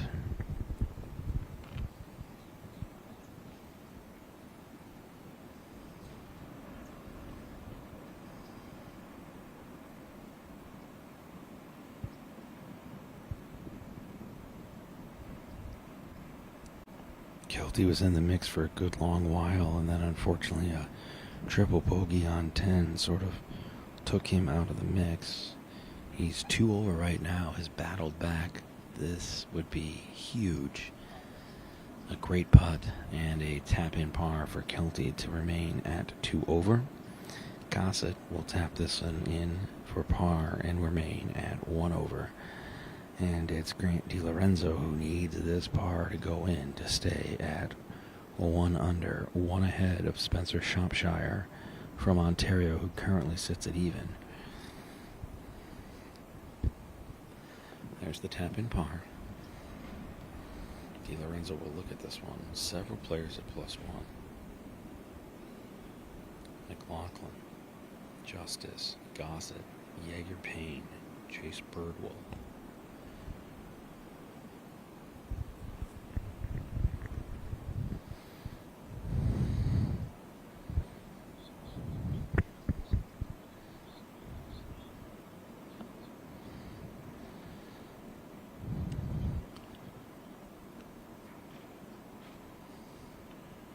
DiLorenzo for par to remain at 1 under.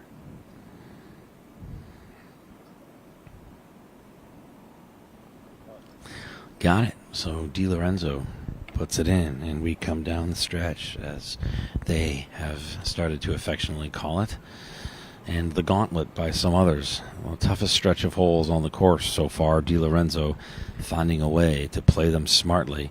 He is the leader by 1. The women are all wrapped up, and we are getting set to Throw it up to Steve Scott, who is greenside here on 15, ready for the approaches from Shropshire. Steve? Yeah, we've got two players right in the middle of the fairway. Spencer Shropshire here, 170 yards in, trying to sweep a draw in from right to left with an 8-iron. And that finds the heart of the green. This is not a hole location for the faint of heart. Only 4 paces from that left edge. A lot of danger. It's a really hard edge here on the left side with the bulkhead, so you cannot miss the ball left. And Austin Cron still not out of things. Only 3 strokes behind. If he could somehow make a late run here, but he's going to have to play very aggressively here. Cannot play safe. And that was short and right. He'll have about 55, 60 feet for his birdie. This converted par 4 from a short par 5 here. Playing downwind today. Much, much easier than it has the last couple days where it played strong into a northerly wind. Now Braden Forte here from the left side. Only 160 yards, but not a great angle. Easy to lose this one right. And safely on the center of the green right there. He'll have about 35 feet. All right. Our leader is 1 hole ahead with Nick.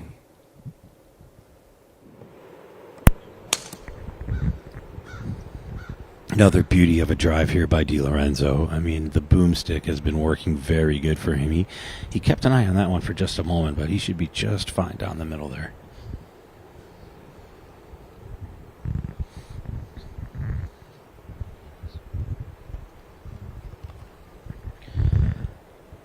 This is typically back into the wind, but it shifted today, so the wind is actually behind their back.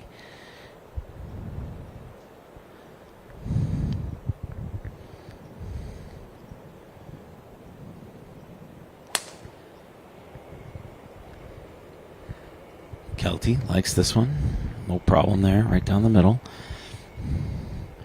DiLorenzo kind of checking to see if he was okay, but I'm not sure what he's worrying about. That was a perfect drive.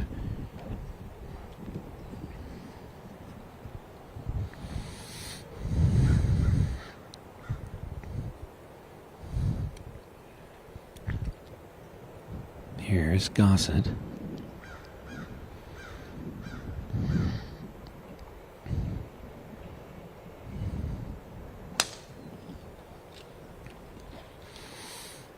Good as well. Goes for the quick tee pickup, and they are away on 16, the par 4, 410-yarder. Back to Steve, greenside at 15.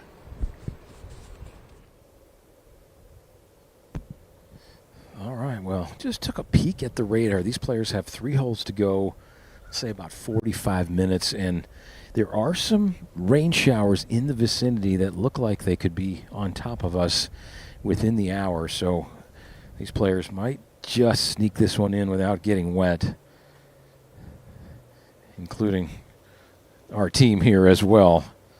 So we'll just keep an eye on the heavens for any moisture that comes our way. But all 3 players with birdie putts here on the long par 4, excuse me.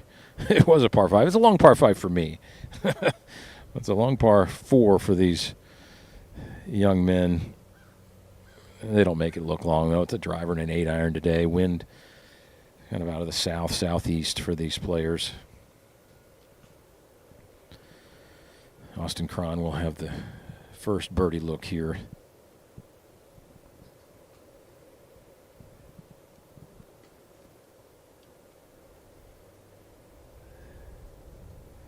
And a little right to left break all the way for all 3 of these players.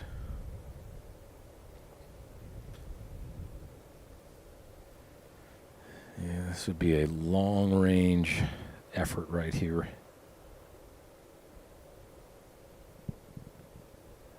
A little quick around the hole. Trying to cozy it up there, but this one is going to dry up about 6 feet short.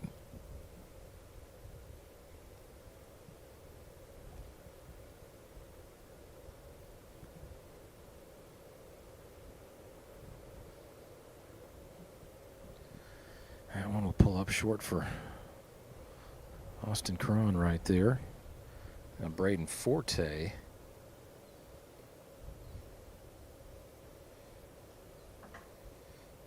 Braden Forte trying to work his way back. He's had a bit of time on the struggle bus today, but he's had great experience. You play in the final group. You're not playing his best, but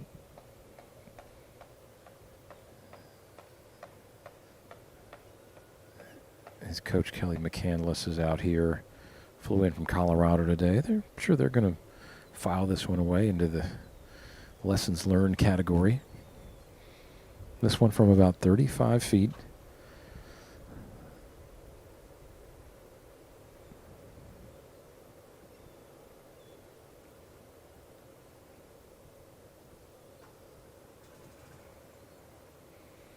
And what that's going to do, that's going to provide a nice read for our man in second place right here, Spencer Shropshire.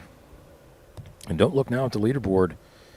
Kaysen Justice from Selmer, Tennessee, has made another birdie. He is even par, only one behind our leader, Grant DiLorenzo. So we've got to keep an eye on Kaysen Justice as well, trying to make a late run here at the title. This thing is going to come down to that island green. It always seems to. All right, Spencer Shropshire here. The Canadian with a birdie putt. Would love to get this one to go. It's trying to get there. Oh, and it just dries up on the front doorstep. That one could have gone in for the same money. Just a revolution or two shy of that cup, but easy par. He would have loved to. That would have been a huge bonus here at the 15th. This hole playing the hardest hole on the golf course this whole entire week, about half a shot over par for these players that had only offered up 9 birdies throughout the week. As Austin Cron pops that one in. And these players have worked their way just a short distance over to the 16th tee right now. And we're going to move it up ahead to the approach shots on to Grant DiLorenzo and the group ahead. All right, thanks very much, Steve. Great drives by these three. You could have thrown a blanket over them, but DiLorenzo, once again, the longest of the trio. He's hit this shot very well. I think he wanted it to be a little bit more towards the center. They all took a walk up and took a look and saw where this pin was, and it's snuggled right up against this left-hand side, right in a bit of a swale. So again, it's DiLorenzo with the depth. So Kelty will go first. Gossett's shot came up short, was dead at the pin, but just on the fringe, and now it is Kelty, his second from the fairway. That's just about 140 in here on this 410-yarder. Big shot, great spin back, and beautiful by Kelty. Just precision there by him. And you can see that is the popular landing area. Look at all of the divots in that little clustered area as DiLorenzo gets ready to hit his second here. Same thing, about 130.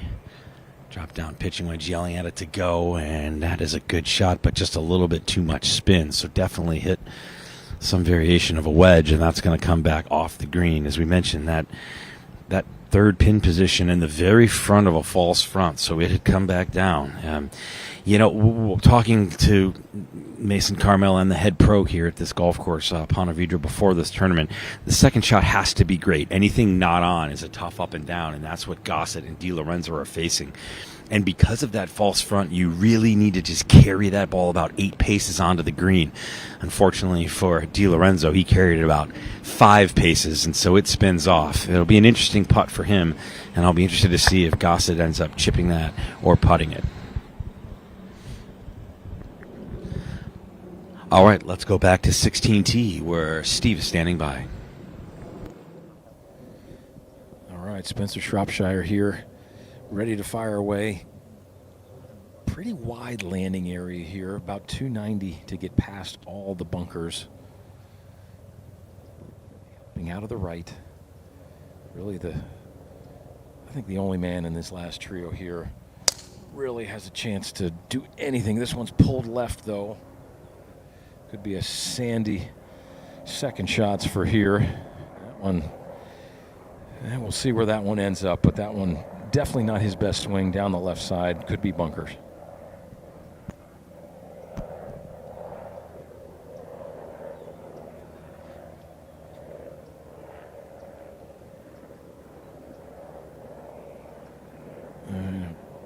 Braden Forte here with a salvo here.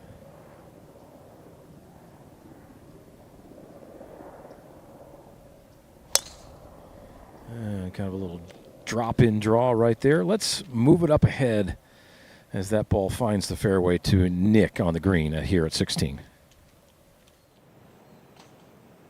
All right. Thanks, Steve. Both Gossett and DiLorenzo taking a look at this one, deciding how to play it. A lot of long looks. That pin is in a tough spot. A lot of slope, a lot of undulation here.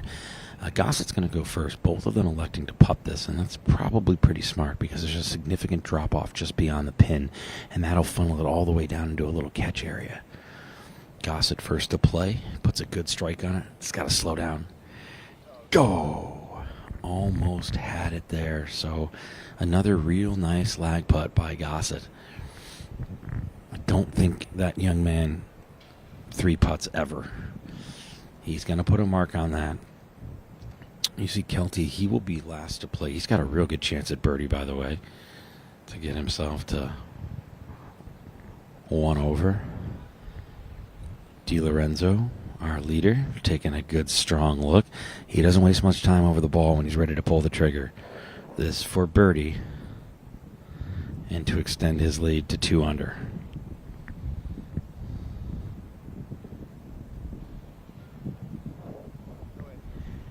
He got it. Unbelievable putt by DiLorenzo and a huge birdie on the par 4 16th. Goodness gracious. Absolute nails so far. And he is now at 2 under, extends his lead by 2. And that's probably in good time because Shropshire and Kaysen Justice, who we'll go to in just a few moments, are both just now 2 back.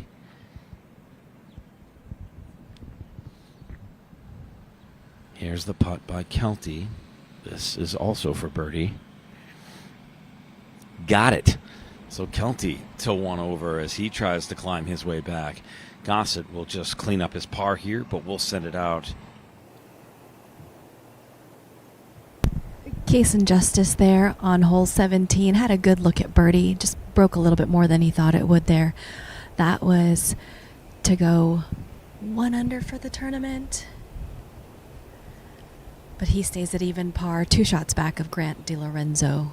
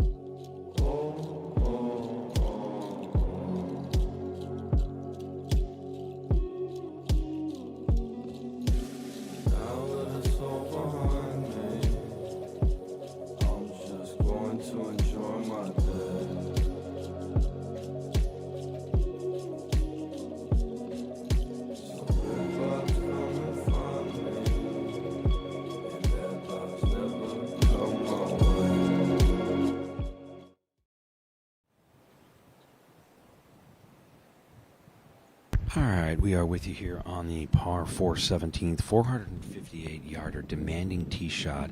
If the wind is a factor in your face, it is not. Again, that is switched, so the wind behind you right now. You're trying to cut the corner here just really isn't worth the risk, and that is what these guys are weighing and looking at right now. This fairway is protected on both sides. So missing left or right, you can put yourself into trouble. We talked a lot in the morning show and pretty much all week long about just how difficult this last stretch of hole is. From the tee box, that fairway looks big and open and appetizing. There is a trap on the right-hand side. You got to be careful of that. It's just beyond the hill. All right, let's jump over to 18, where Rhea is with Kaysen right now. Rhea? Kaysen Justice on hole 18 today. Again, this pin tucked in this back left corner. Back that's here, but Kaysen's been on his game today, so let's see what he can do.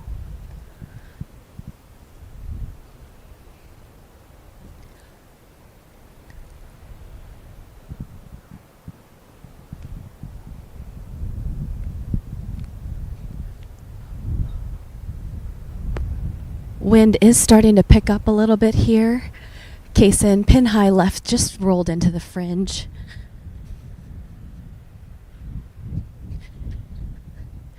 We are going to send it over to Nick, see what's happening on 17T.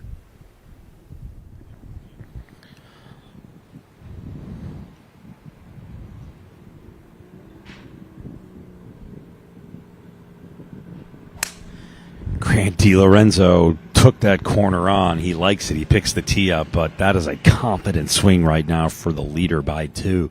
They pointed right, but he absolutely sent it. He just said taking on the corner maybe not worth the risk. We'll see how it ends up for him, but just a beautiful drive, and he didn't even hesitate. Just grabbed that tee right out of the ground.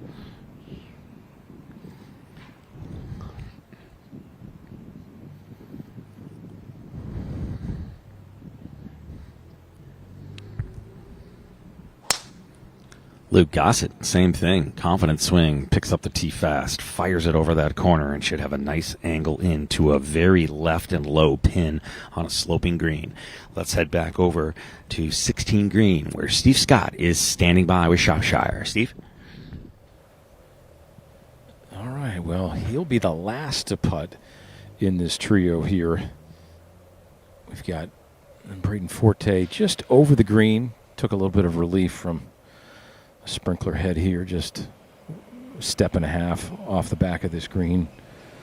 Interesting location that you didn't want to get past. It's just going to run away from the player, and that's what happened with Forte's approach here. From the middle of the fairway, just didn't quite judge that approach the way he wanted to, but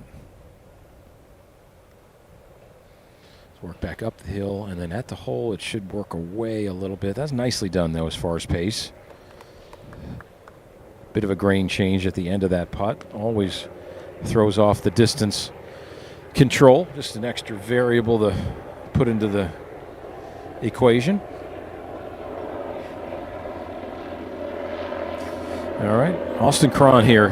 He needs to birdie out and then get lucky. He is 2 over par right now.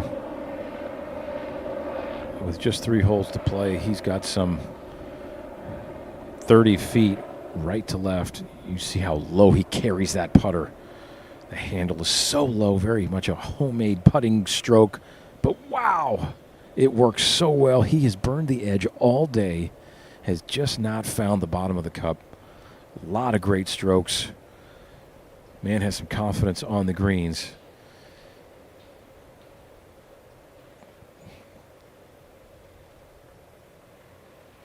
It's happened all day. The speed has been there. The line has been oh so close. All right, now Spencer Shropshire with an important putt, 2 strokes behind. This is a double breaker, though. A little left to right at the start, and then at the hole it should go right to left. Not the easiest putt to hole, but it is makeable. Now, and it just dives too far left at the hole. He would have loved to have hit that half a club shorter to give himself a Little easier effort there, and that's a tap-in par.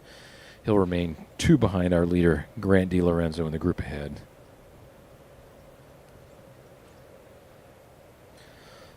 All right, we're going to shift ahead now. Cason Justice on his last hole, and Ria's up there with him.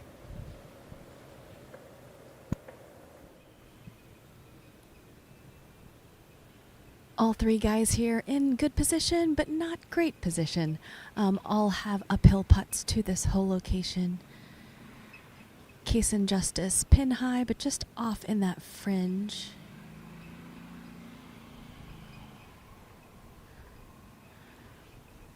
I think Liam McLaughlin is going to be first to putt.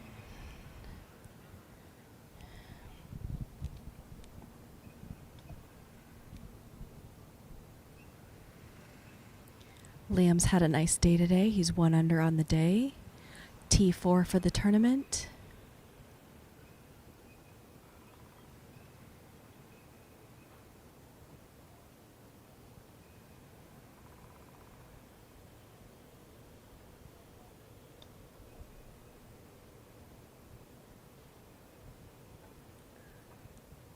Again, this back shelf is making this a really challenging place to access. Both, look at that big break right at the hole. Again, Steve was talking about the grain changes and the slopes on some of these greens. You can see the different colors on the greens right there, right by the hole. So making some reads really, really challenging. Big breaks coming up to it. Cason Justice now. Again, pin high left off in that fringe. Lots going on here with this putt. Goes up, and down again. Up on this top right shelf. Gonna be a tough one to hole. I bet he's just looking for good speed here, but may as well give it a go. Excellent putt for Cason Justice. Oh, just left it short, right in the heart. Really good effort. Tough one to get too aggressive with here.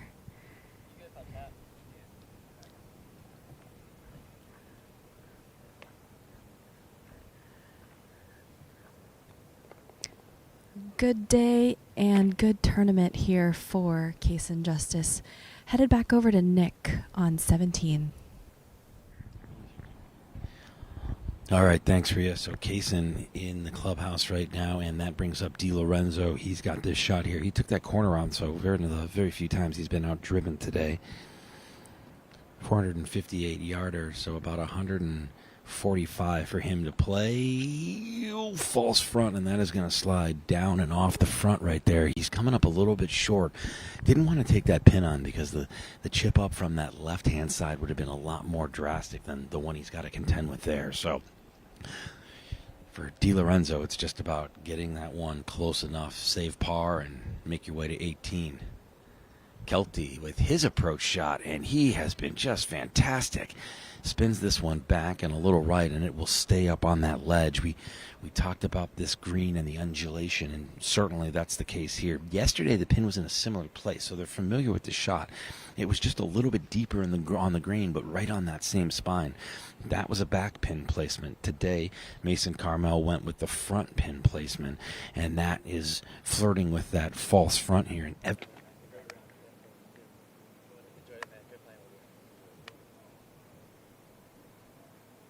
was good, but he ran into the trouble that DiLorenzo was trying to avoid. That landed on the green, and now it has rolled off about 30, 40 feet to the right, and that will make a very difficult chip shot coming back.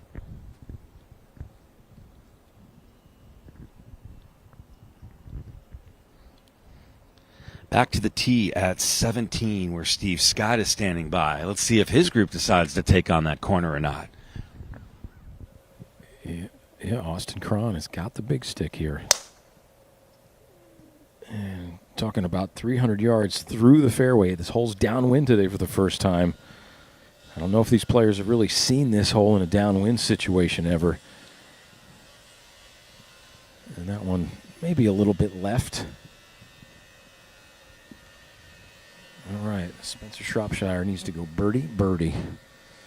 And he's got the big stick here as well. Got to challenge this right side. Oh, that one's left as well. That one's going to go through the fairway on that line for sure.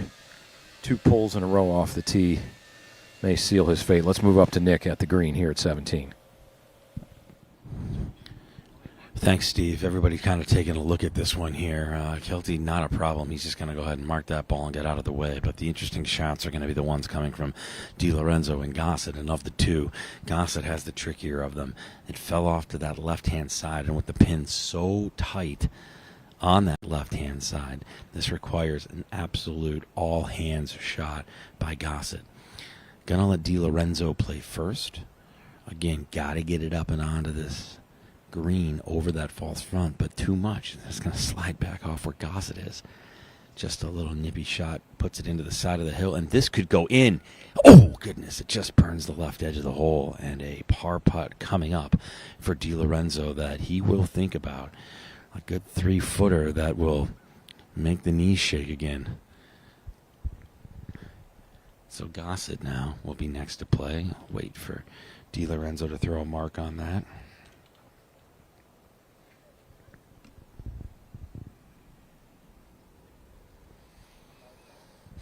There's not going to be much movement in these putts. Kelty and DiLorenzo have a pretty fair chance at just tapping it in. Let's see how Gossett's hands are. Not bad from there. I mean, incredibly done. Just puts it into the side of the hill. You can't do much more with that.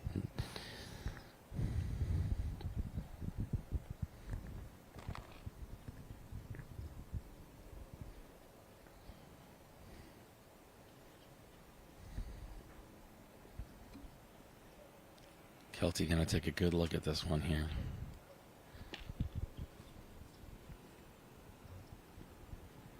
This is his attempt for a birdie.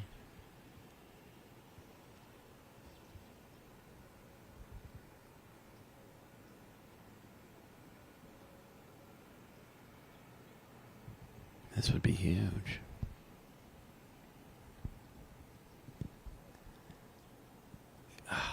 Just missed it on the left-hand side, and it just got so much speed to it. So that should be a tap-in par, but he will wait just to be safe. Grant DiLorenzo currently in the lead by 2, with 2 to play. Casing Justice, he has finished at even. Spencer Shropshire finds himself at even as well.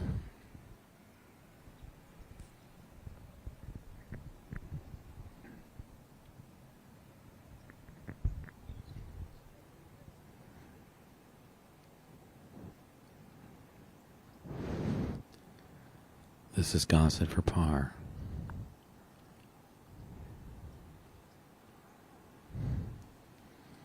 A 6-footer here, not a problem. Routine. What a save from a tricky spot left of the pin, down in the rough.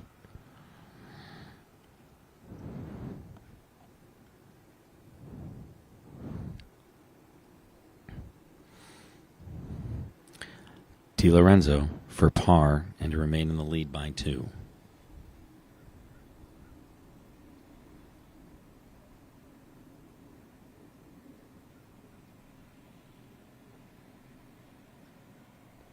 Got it.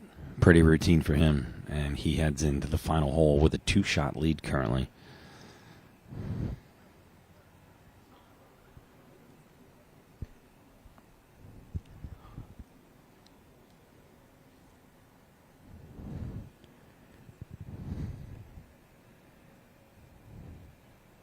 Kelty to clean up his par, and they head on to the 18th hole, the par 3 Island Green.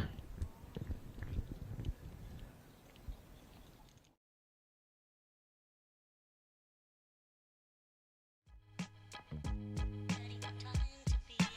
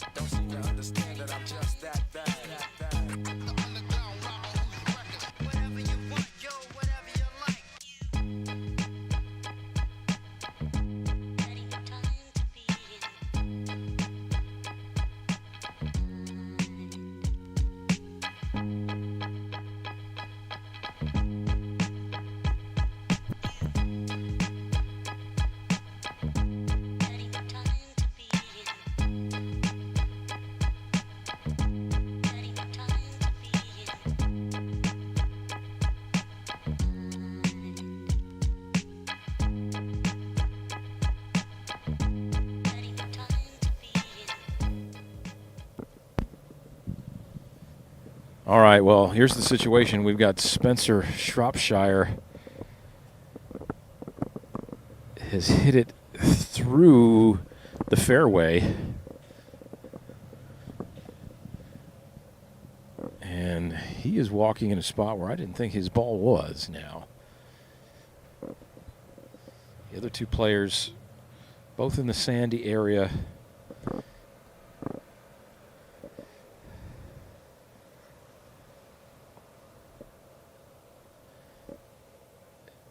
Austin Cron looks like he's ready to play, but I don't think so.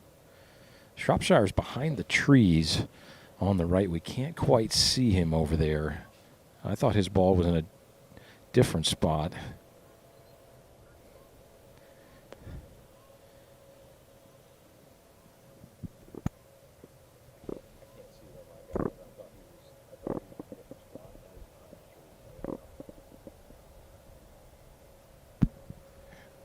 All right, let's head up to Rhea on 18 quickly.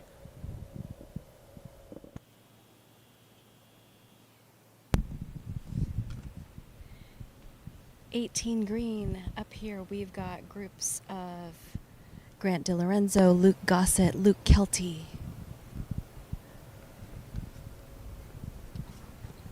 Again, I haven't seen anybody really go at this hole all day, but for a really good reason. That last shot was about as good as I've seen. Pin high, just 18 feet or so to the left. Wind is still not as big of a factor as it has been on previous days on this hole. All right, here is DiLorenzo's shot. He is our leader. He's just not sure what he wants to do. Wind playing a bit of a factor.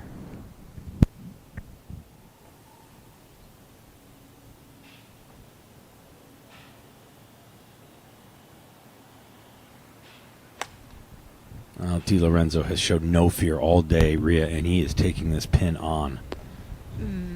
That is as close as I've seen on this hole. DiLorenzo, it pitched about 3 paces just to the left and ended up about 4 or 5 paces. He'll really like that position. Great shot by DiLorenzo. Ice in his veins, and that brings up Gossett. He's next on the tee here. But we'll come back with Gossett's shot. But first, let's go to Steve. All right, well, it appears that Spencer Shropshire has hit his second shot, and he has missed the green. I can't tell where. This ball might be in the transition bunker here. It was not really easy to discern where this ball ended up because he was behind the trees, didn't see the ball exit out. Yes, he is right on the edge over here. He's going to have to get this ball up and down and then have a miracle finish somehow on 18.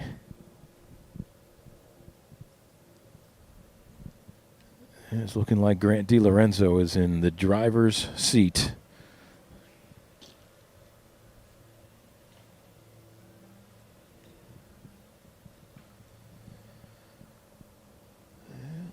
I think Austin Cron may be going first, but no, it looks like Shropshire here. So it's 2 strokes behind the leader. He needs a small miracle right now. It looks like the ball stayed out of the bunker, which is a very good thing. You're going to hit a kind of a pitch and run.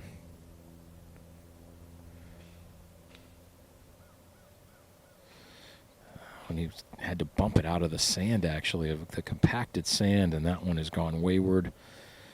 And that chance for par is going to be very tough as it trickles off that front edge of the green there right in front of Austin Cron's birdie chip.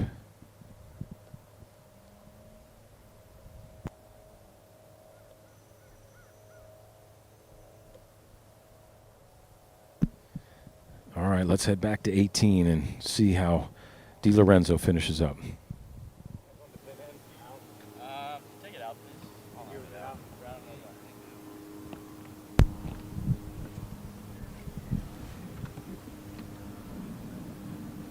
These guys all hit great shots into 18. Again, DiLorenzo with about as close as I've seen on this hole today. Really can't attack it any more than he did.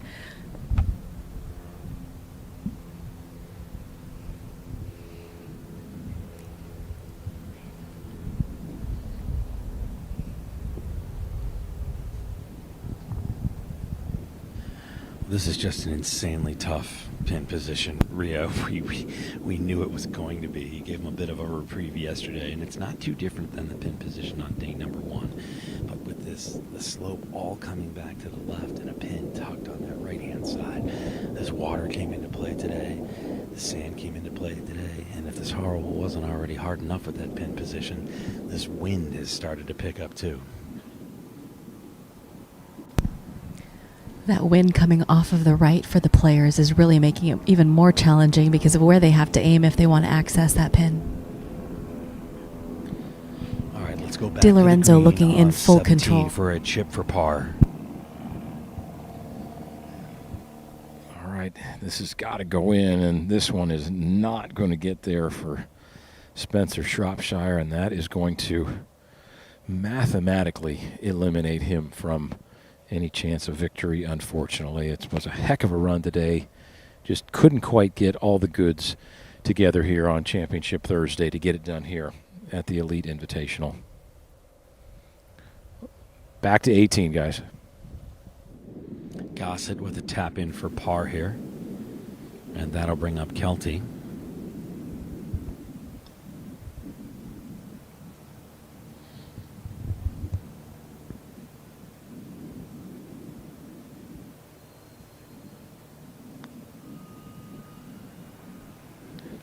Kelty will need it to stretch, and that will come up short, but it will be a tap-in par.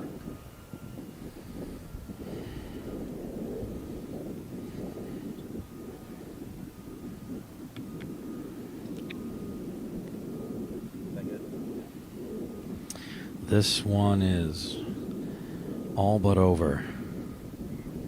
Grant DiLorenzo would have to do very not Grant DiLorenzo things in order to salt this away. A 2-shot lead right now, this putt for birdie. I don't think he's going to 4-putt from here.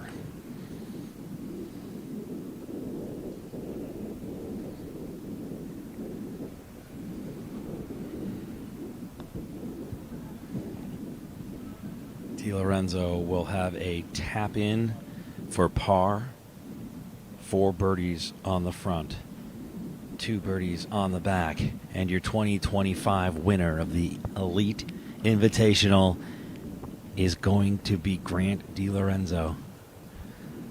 I am not positive if he knows it yet. A smile smirking across his face.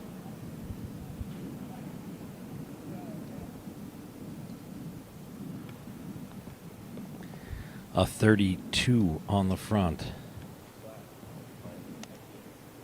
And a fantastic finish. Grant DiLorenzo will be the 2025 Elite Invitational winner. He doesn't quite know it yet. We will head over and speak with him in just a moment and get that instant reaction.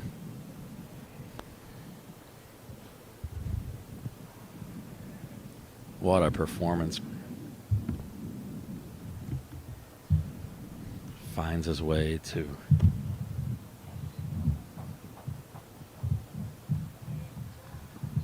a 35 on the back.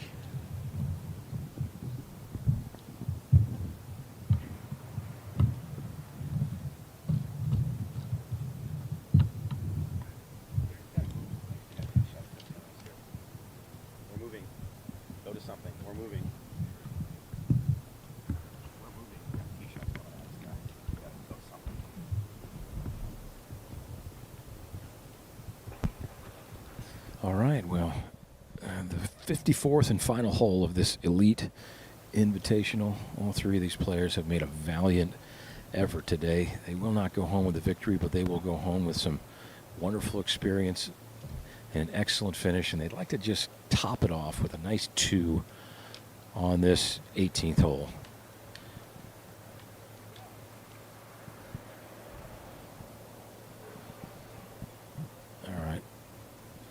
Austin Cron here.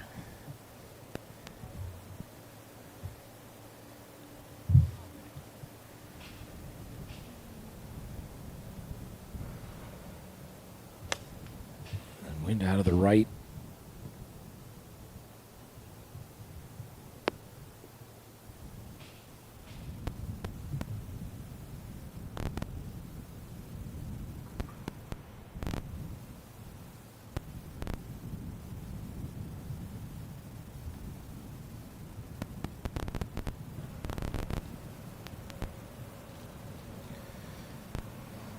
Two more tee shots to go on this original island green. It's a big island. You could probably fit 4 of the island greens they have at the TPC Sawgrass on this island here. Lots of bunkers around it.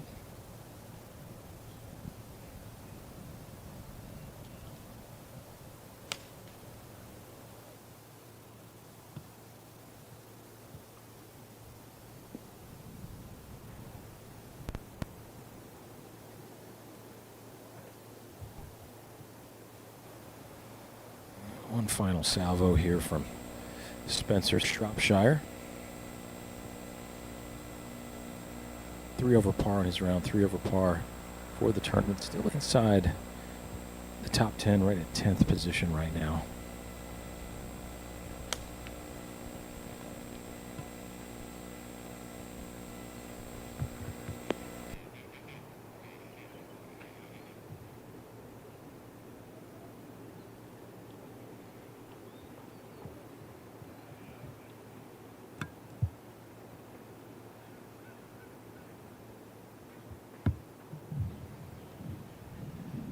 All right, thanks very much. I don't know if you're aware of this, but you are the winner of the 2025 Elite Invitational, Mr. DiLorenzo. Congratulations. Thank you. I just found that out. It's very exciting. You didn't know it until I told you. The smile on your face is the first I've seen all day. You've been icy throughout this entire round. Can you just take me through what the mentality was coming into today, knowing what you had to do to get there, to get it done? Yes, sir. There's kind of no expectations going into this. What I said to myself was process over progress, and just trying to like focus on like the things that I can control, which is my targets and my like attitude. And I can't really control what anyone else does or the conditions or the flags. Just stand in my own kind of world. Just a couple of bogeys and a whole lot of birdies down the stretch. You told me just a minute ago before we got onto the shot that you hadn't looked at the leaderboard all day long. Is that typical of you in a tournament? Yes, sir. When I'm playing well, I try not to. Like when I was walking from 18 to 1, I knew that I could have looked at it, but I was just kind of like, if I do what I know I can do and just focus on my game, then however it ends at the end of the day is how God wants it to be. Amen to that. I want to ask you, you took on a lot of the challenges of this golf course that if you would have wrote it down on paper, maybe not. You cut corners on some of the tighter tee shots. You went at pins that maybe would have been a little bit dicey. Is that just oozing confidence coming into it and just kind of in that flow state? Yes, sir. It's definitely something I worked on, just to be like know what I can do and be confident in that. Yeah, there's definitely a few times today, especially on par 5s, where I was kind of in between going for it and not. And I was like, why not? And just being aggressive, and that's how I was able to do it. When was your last win?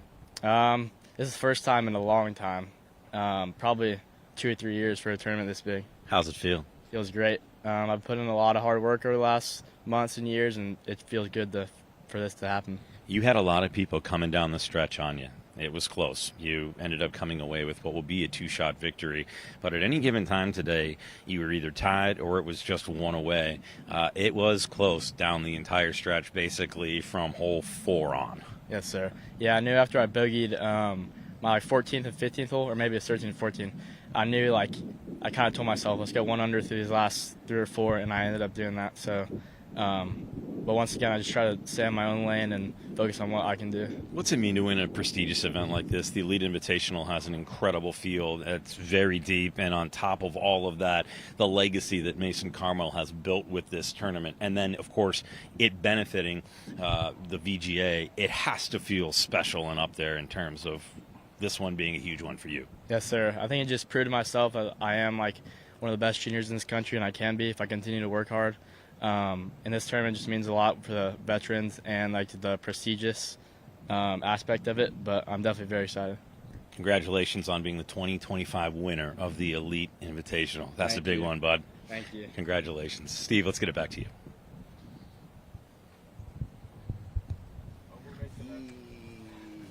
Mason. Good job. Mason.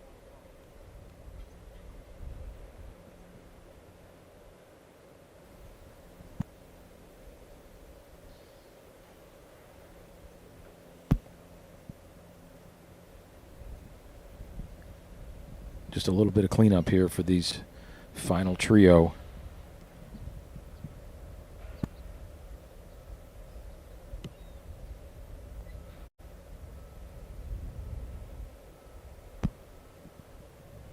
All right, now good pace there for Austin Cron coming up the hill here at 18. This back right hole location looked like it was almost off the green from the teeing ground up there. It was so far back to the right. Had to play very aggressively into it now. Braden Forte here. Just trying to clean up a 15-footer for par. Missed the green on the right. Chipped it by to here now.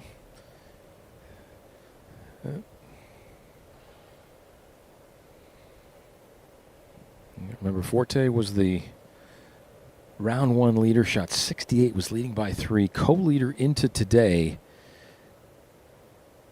And he's going to learn a lot.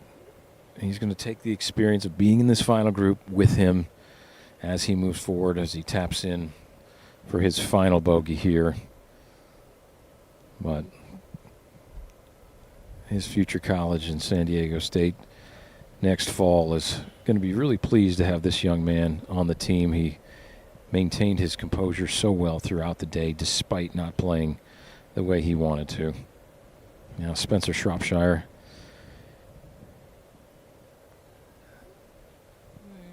Can he get one to go? No. Cannot buy one here at the last. Taps that one in. He will finish 10th place, 3 over par. A valiant effort. Just a couple wayward shots cost him. I'm sure he was happy to get some good reps here, being from Canada, coming down here, part of the Canadian national team. A dozen Canadians worked their way down here to Ponte Vedra Beach this week. Now, Austin Cron with the final putt of this Elite Invitational here for 2025. And that is going to wrap things up. Mason Carmel with the flagstick there and a handshake for this final threesome. He's got to be so proud of what he's building here at the Elite Invitational. Such a great challenge, such a fantastic test of golf as the Ponte Vedra Inn and Club. Wonderful host this week all the way around. Great food, great service, and great golf course to boot.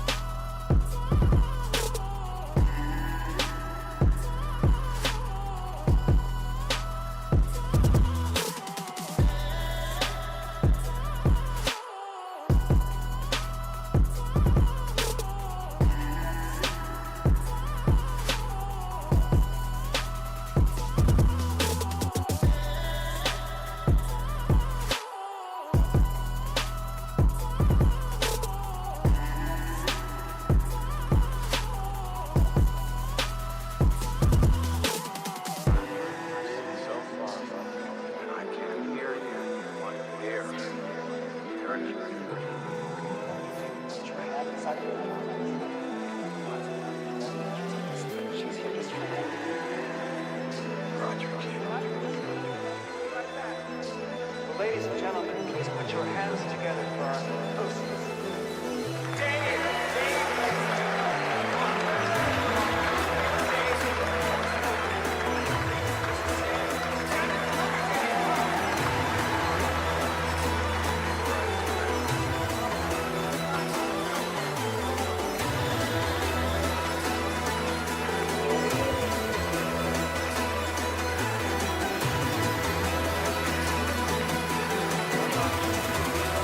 I'm very deaf. This happens to me in my good ear, but all I heard then was blah, blah, blah, blah, blah, blah, blah.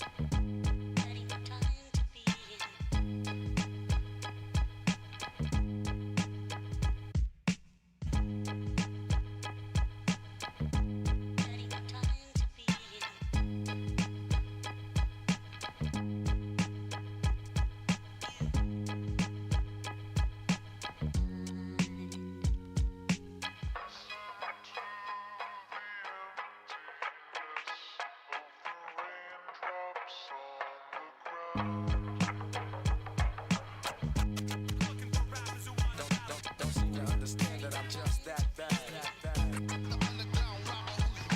Whatever you want, yo, whatever you like.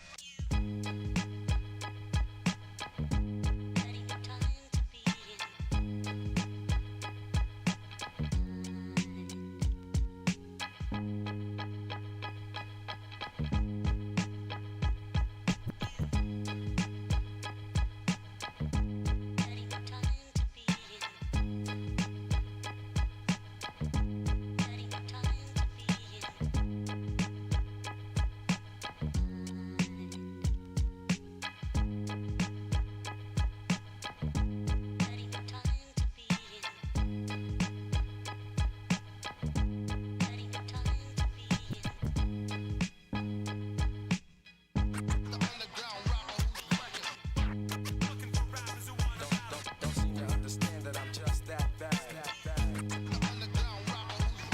Whatever you want, yo, whatever you like.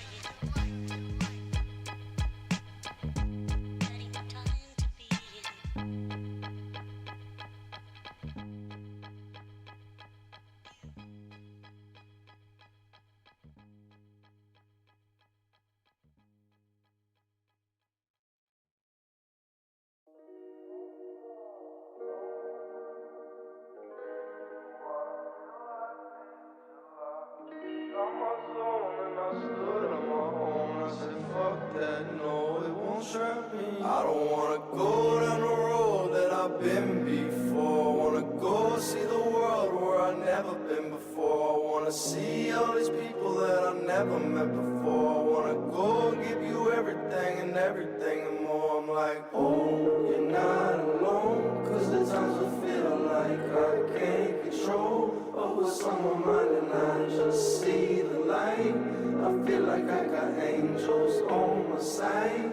But then I just feel insane. Cause all the hunger and the pain never change.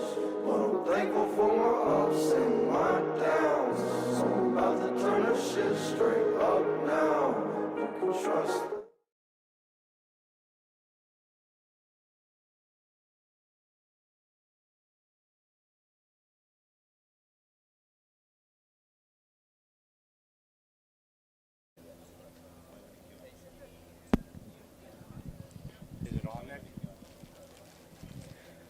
All right, thank you guys again for being here. The 6th year of the Elite Invitational. It's truly a special week for myself, my wife Anna, our daughter Bentley. We rode around this afternoon and all she said was, Daddy, that's going to be me.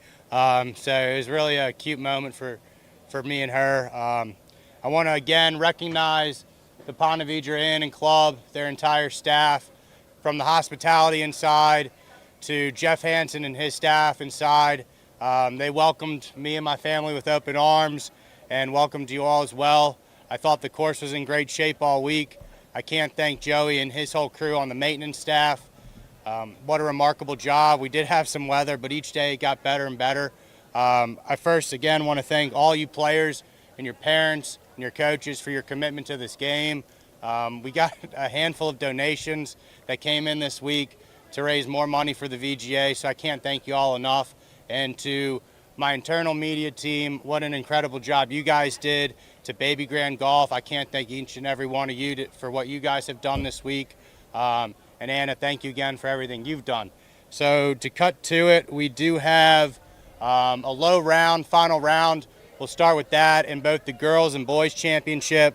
Today's low final round on the girls side, which included a hole-in-one on hole number 7, Reese Wallace.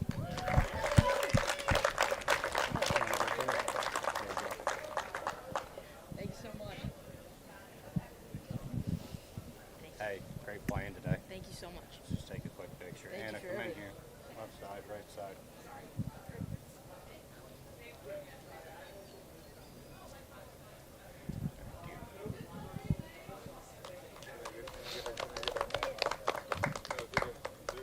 And had to put in my password there. And moving up 38 spots today with a final round of 7 under 63 which is a new low single round tournament record. Please welcome Cooper Franklin.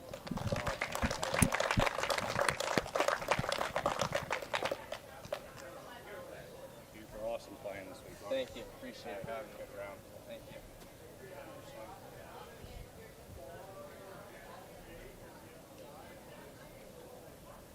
Thank you. Appreciate it.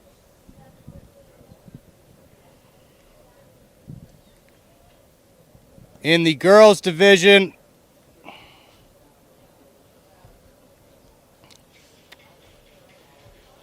we had two women finish with a 3-day total of +2. I appreciate your good play, and I'm going to have to order a second trophy. I love spending money, so thank you guys. Holiday season. First, from Chesapeake, Virginia, Macy Roserman with scores of 71, 71, 70. Hold that for a second. Good playing. Just hang up here for a second. Yeah, hold on. Just 1 second. Also with a score of +2 at 74, 72, 68, Reese Wallace. We're going to flip a tee to see who takes it, and then I'll mail you guys one. Thank you. All right. Yeah, I'll get it at the end. Just one of you guys hold it. You can stand with them. I'll do it at the end. And we will in 1 second. Okay, all right. And our 6th annual Elite Invitational champion with rounds of 71, 67, 67 from Chowchilla, California, Ashrick Talley.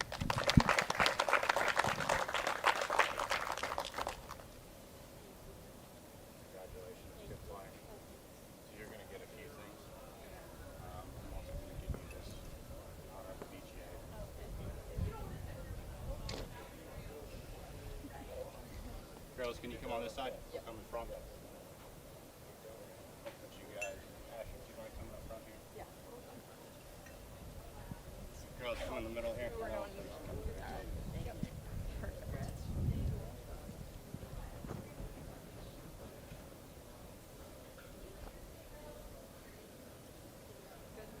Thank you. Can we get one, just the 3 of them?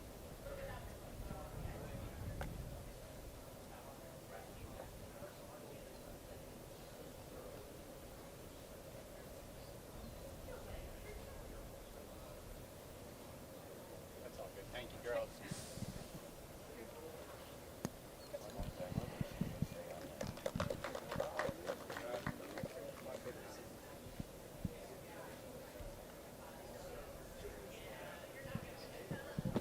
And on the boys' side, we had a runner-up finish of even par with rounds of 72, 69, 69 from Selmer, Tennessee, Kaysen Justice.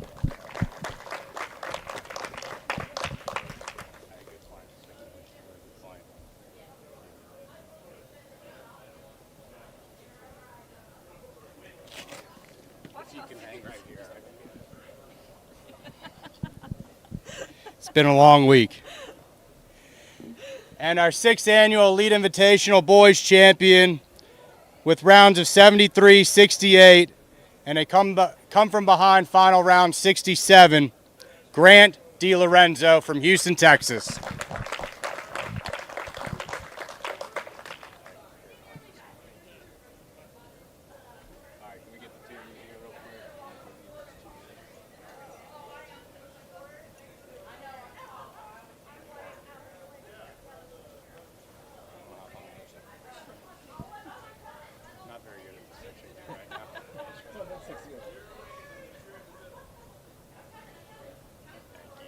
I again want to thank everyone for being here this year. It means an absolute, it's just an honor, and can't thank you all enough. Thank you.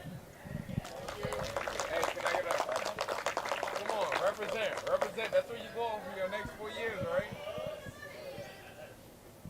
Rep it, baby. Asher, can I get one of the 2, y'all? Can I get one of the 2, you guys? And then let me know. And Mark, left her too. I'm gonna get them pictures with the 2 of them, and I'm gonna get one more with you. And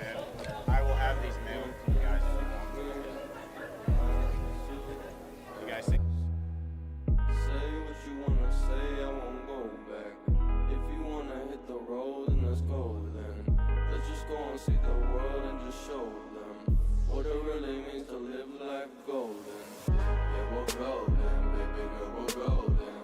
They're about to see us shine, 'cause we're golden. They can never break us down, 'cause we're golden. They're about to see us glow, 'cause we're golden. Yeah, we're golden, baby girl, we're golden. They're about to see us shine, 'cause we're golden. They can never break us down, 'cause we're golden. They're about to see us glow, 'cause we're golden.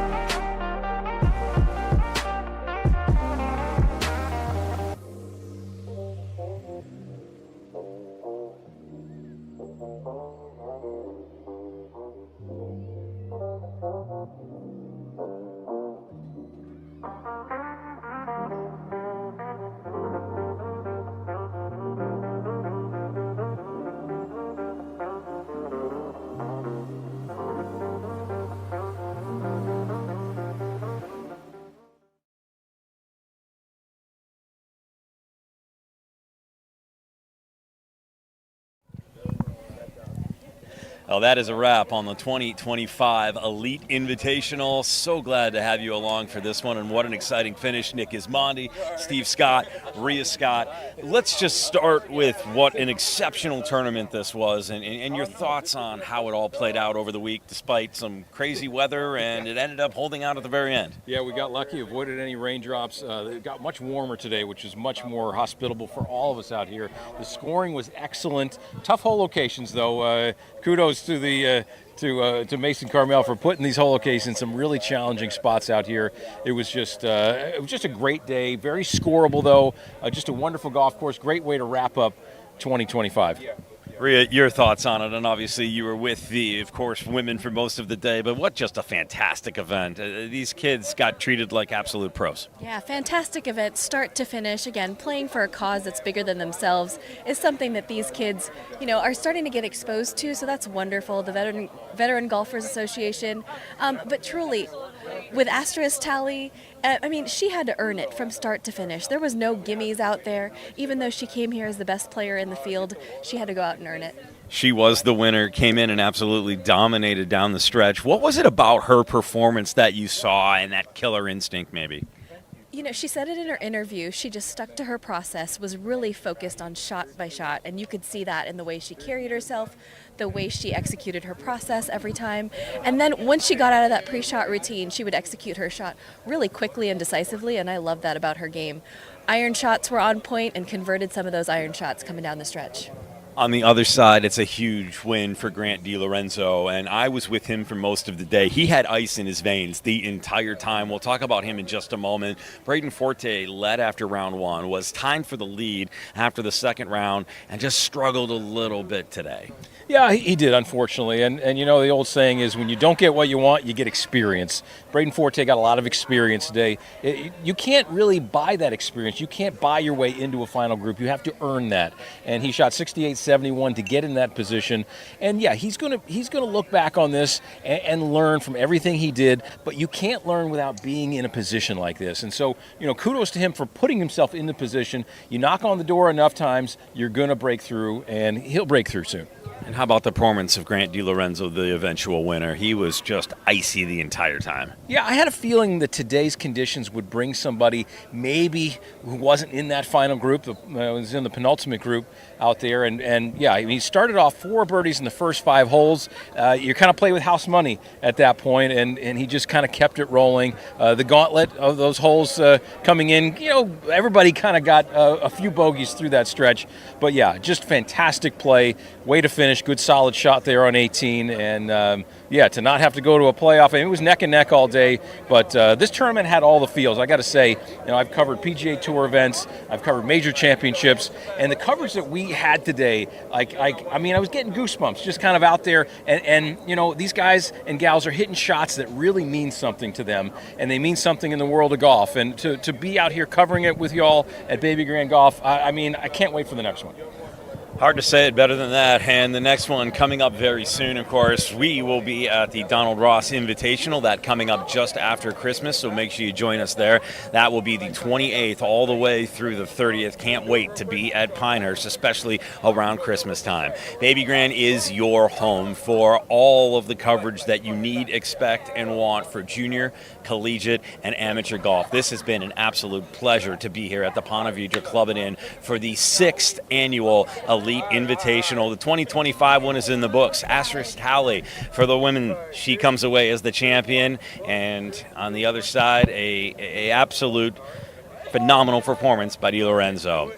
For Rhea Scott, all of us here at, of course, Baby Grand and Steve Scott, I'm Nick Gismondi. Thank you so much for watching. Make sure you stay with us on all of our social media platforms. We have interviews, features, and everything you saw today will be posted there. We'll see you next time. That's it for all of us here from Ponte Vedra, Florida, and the 2025 Elite Invitational.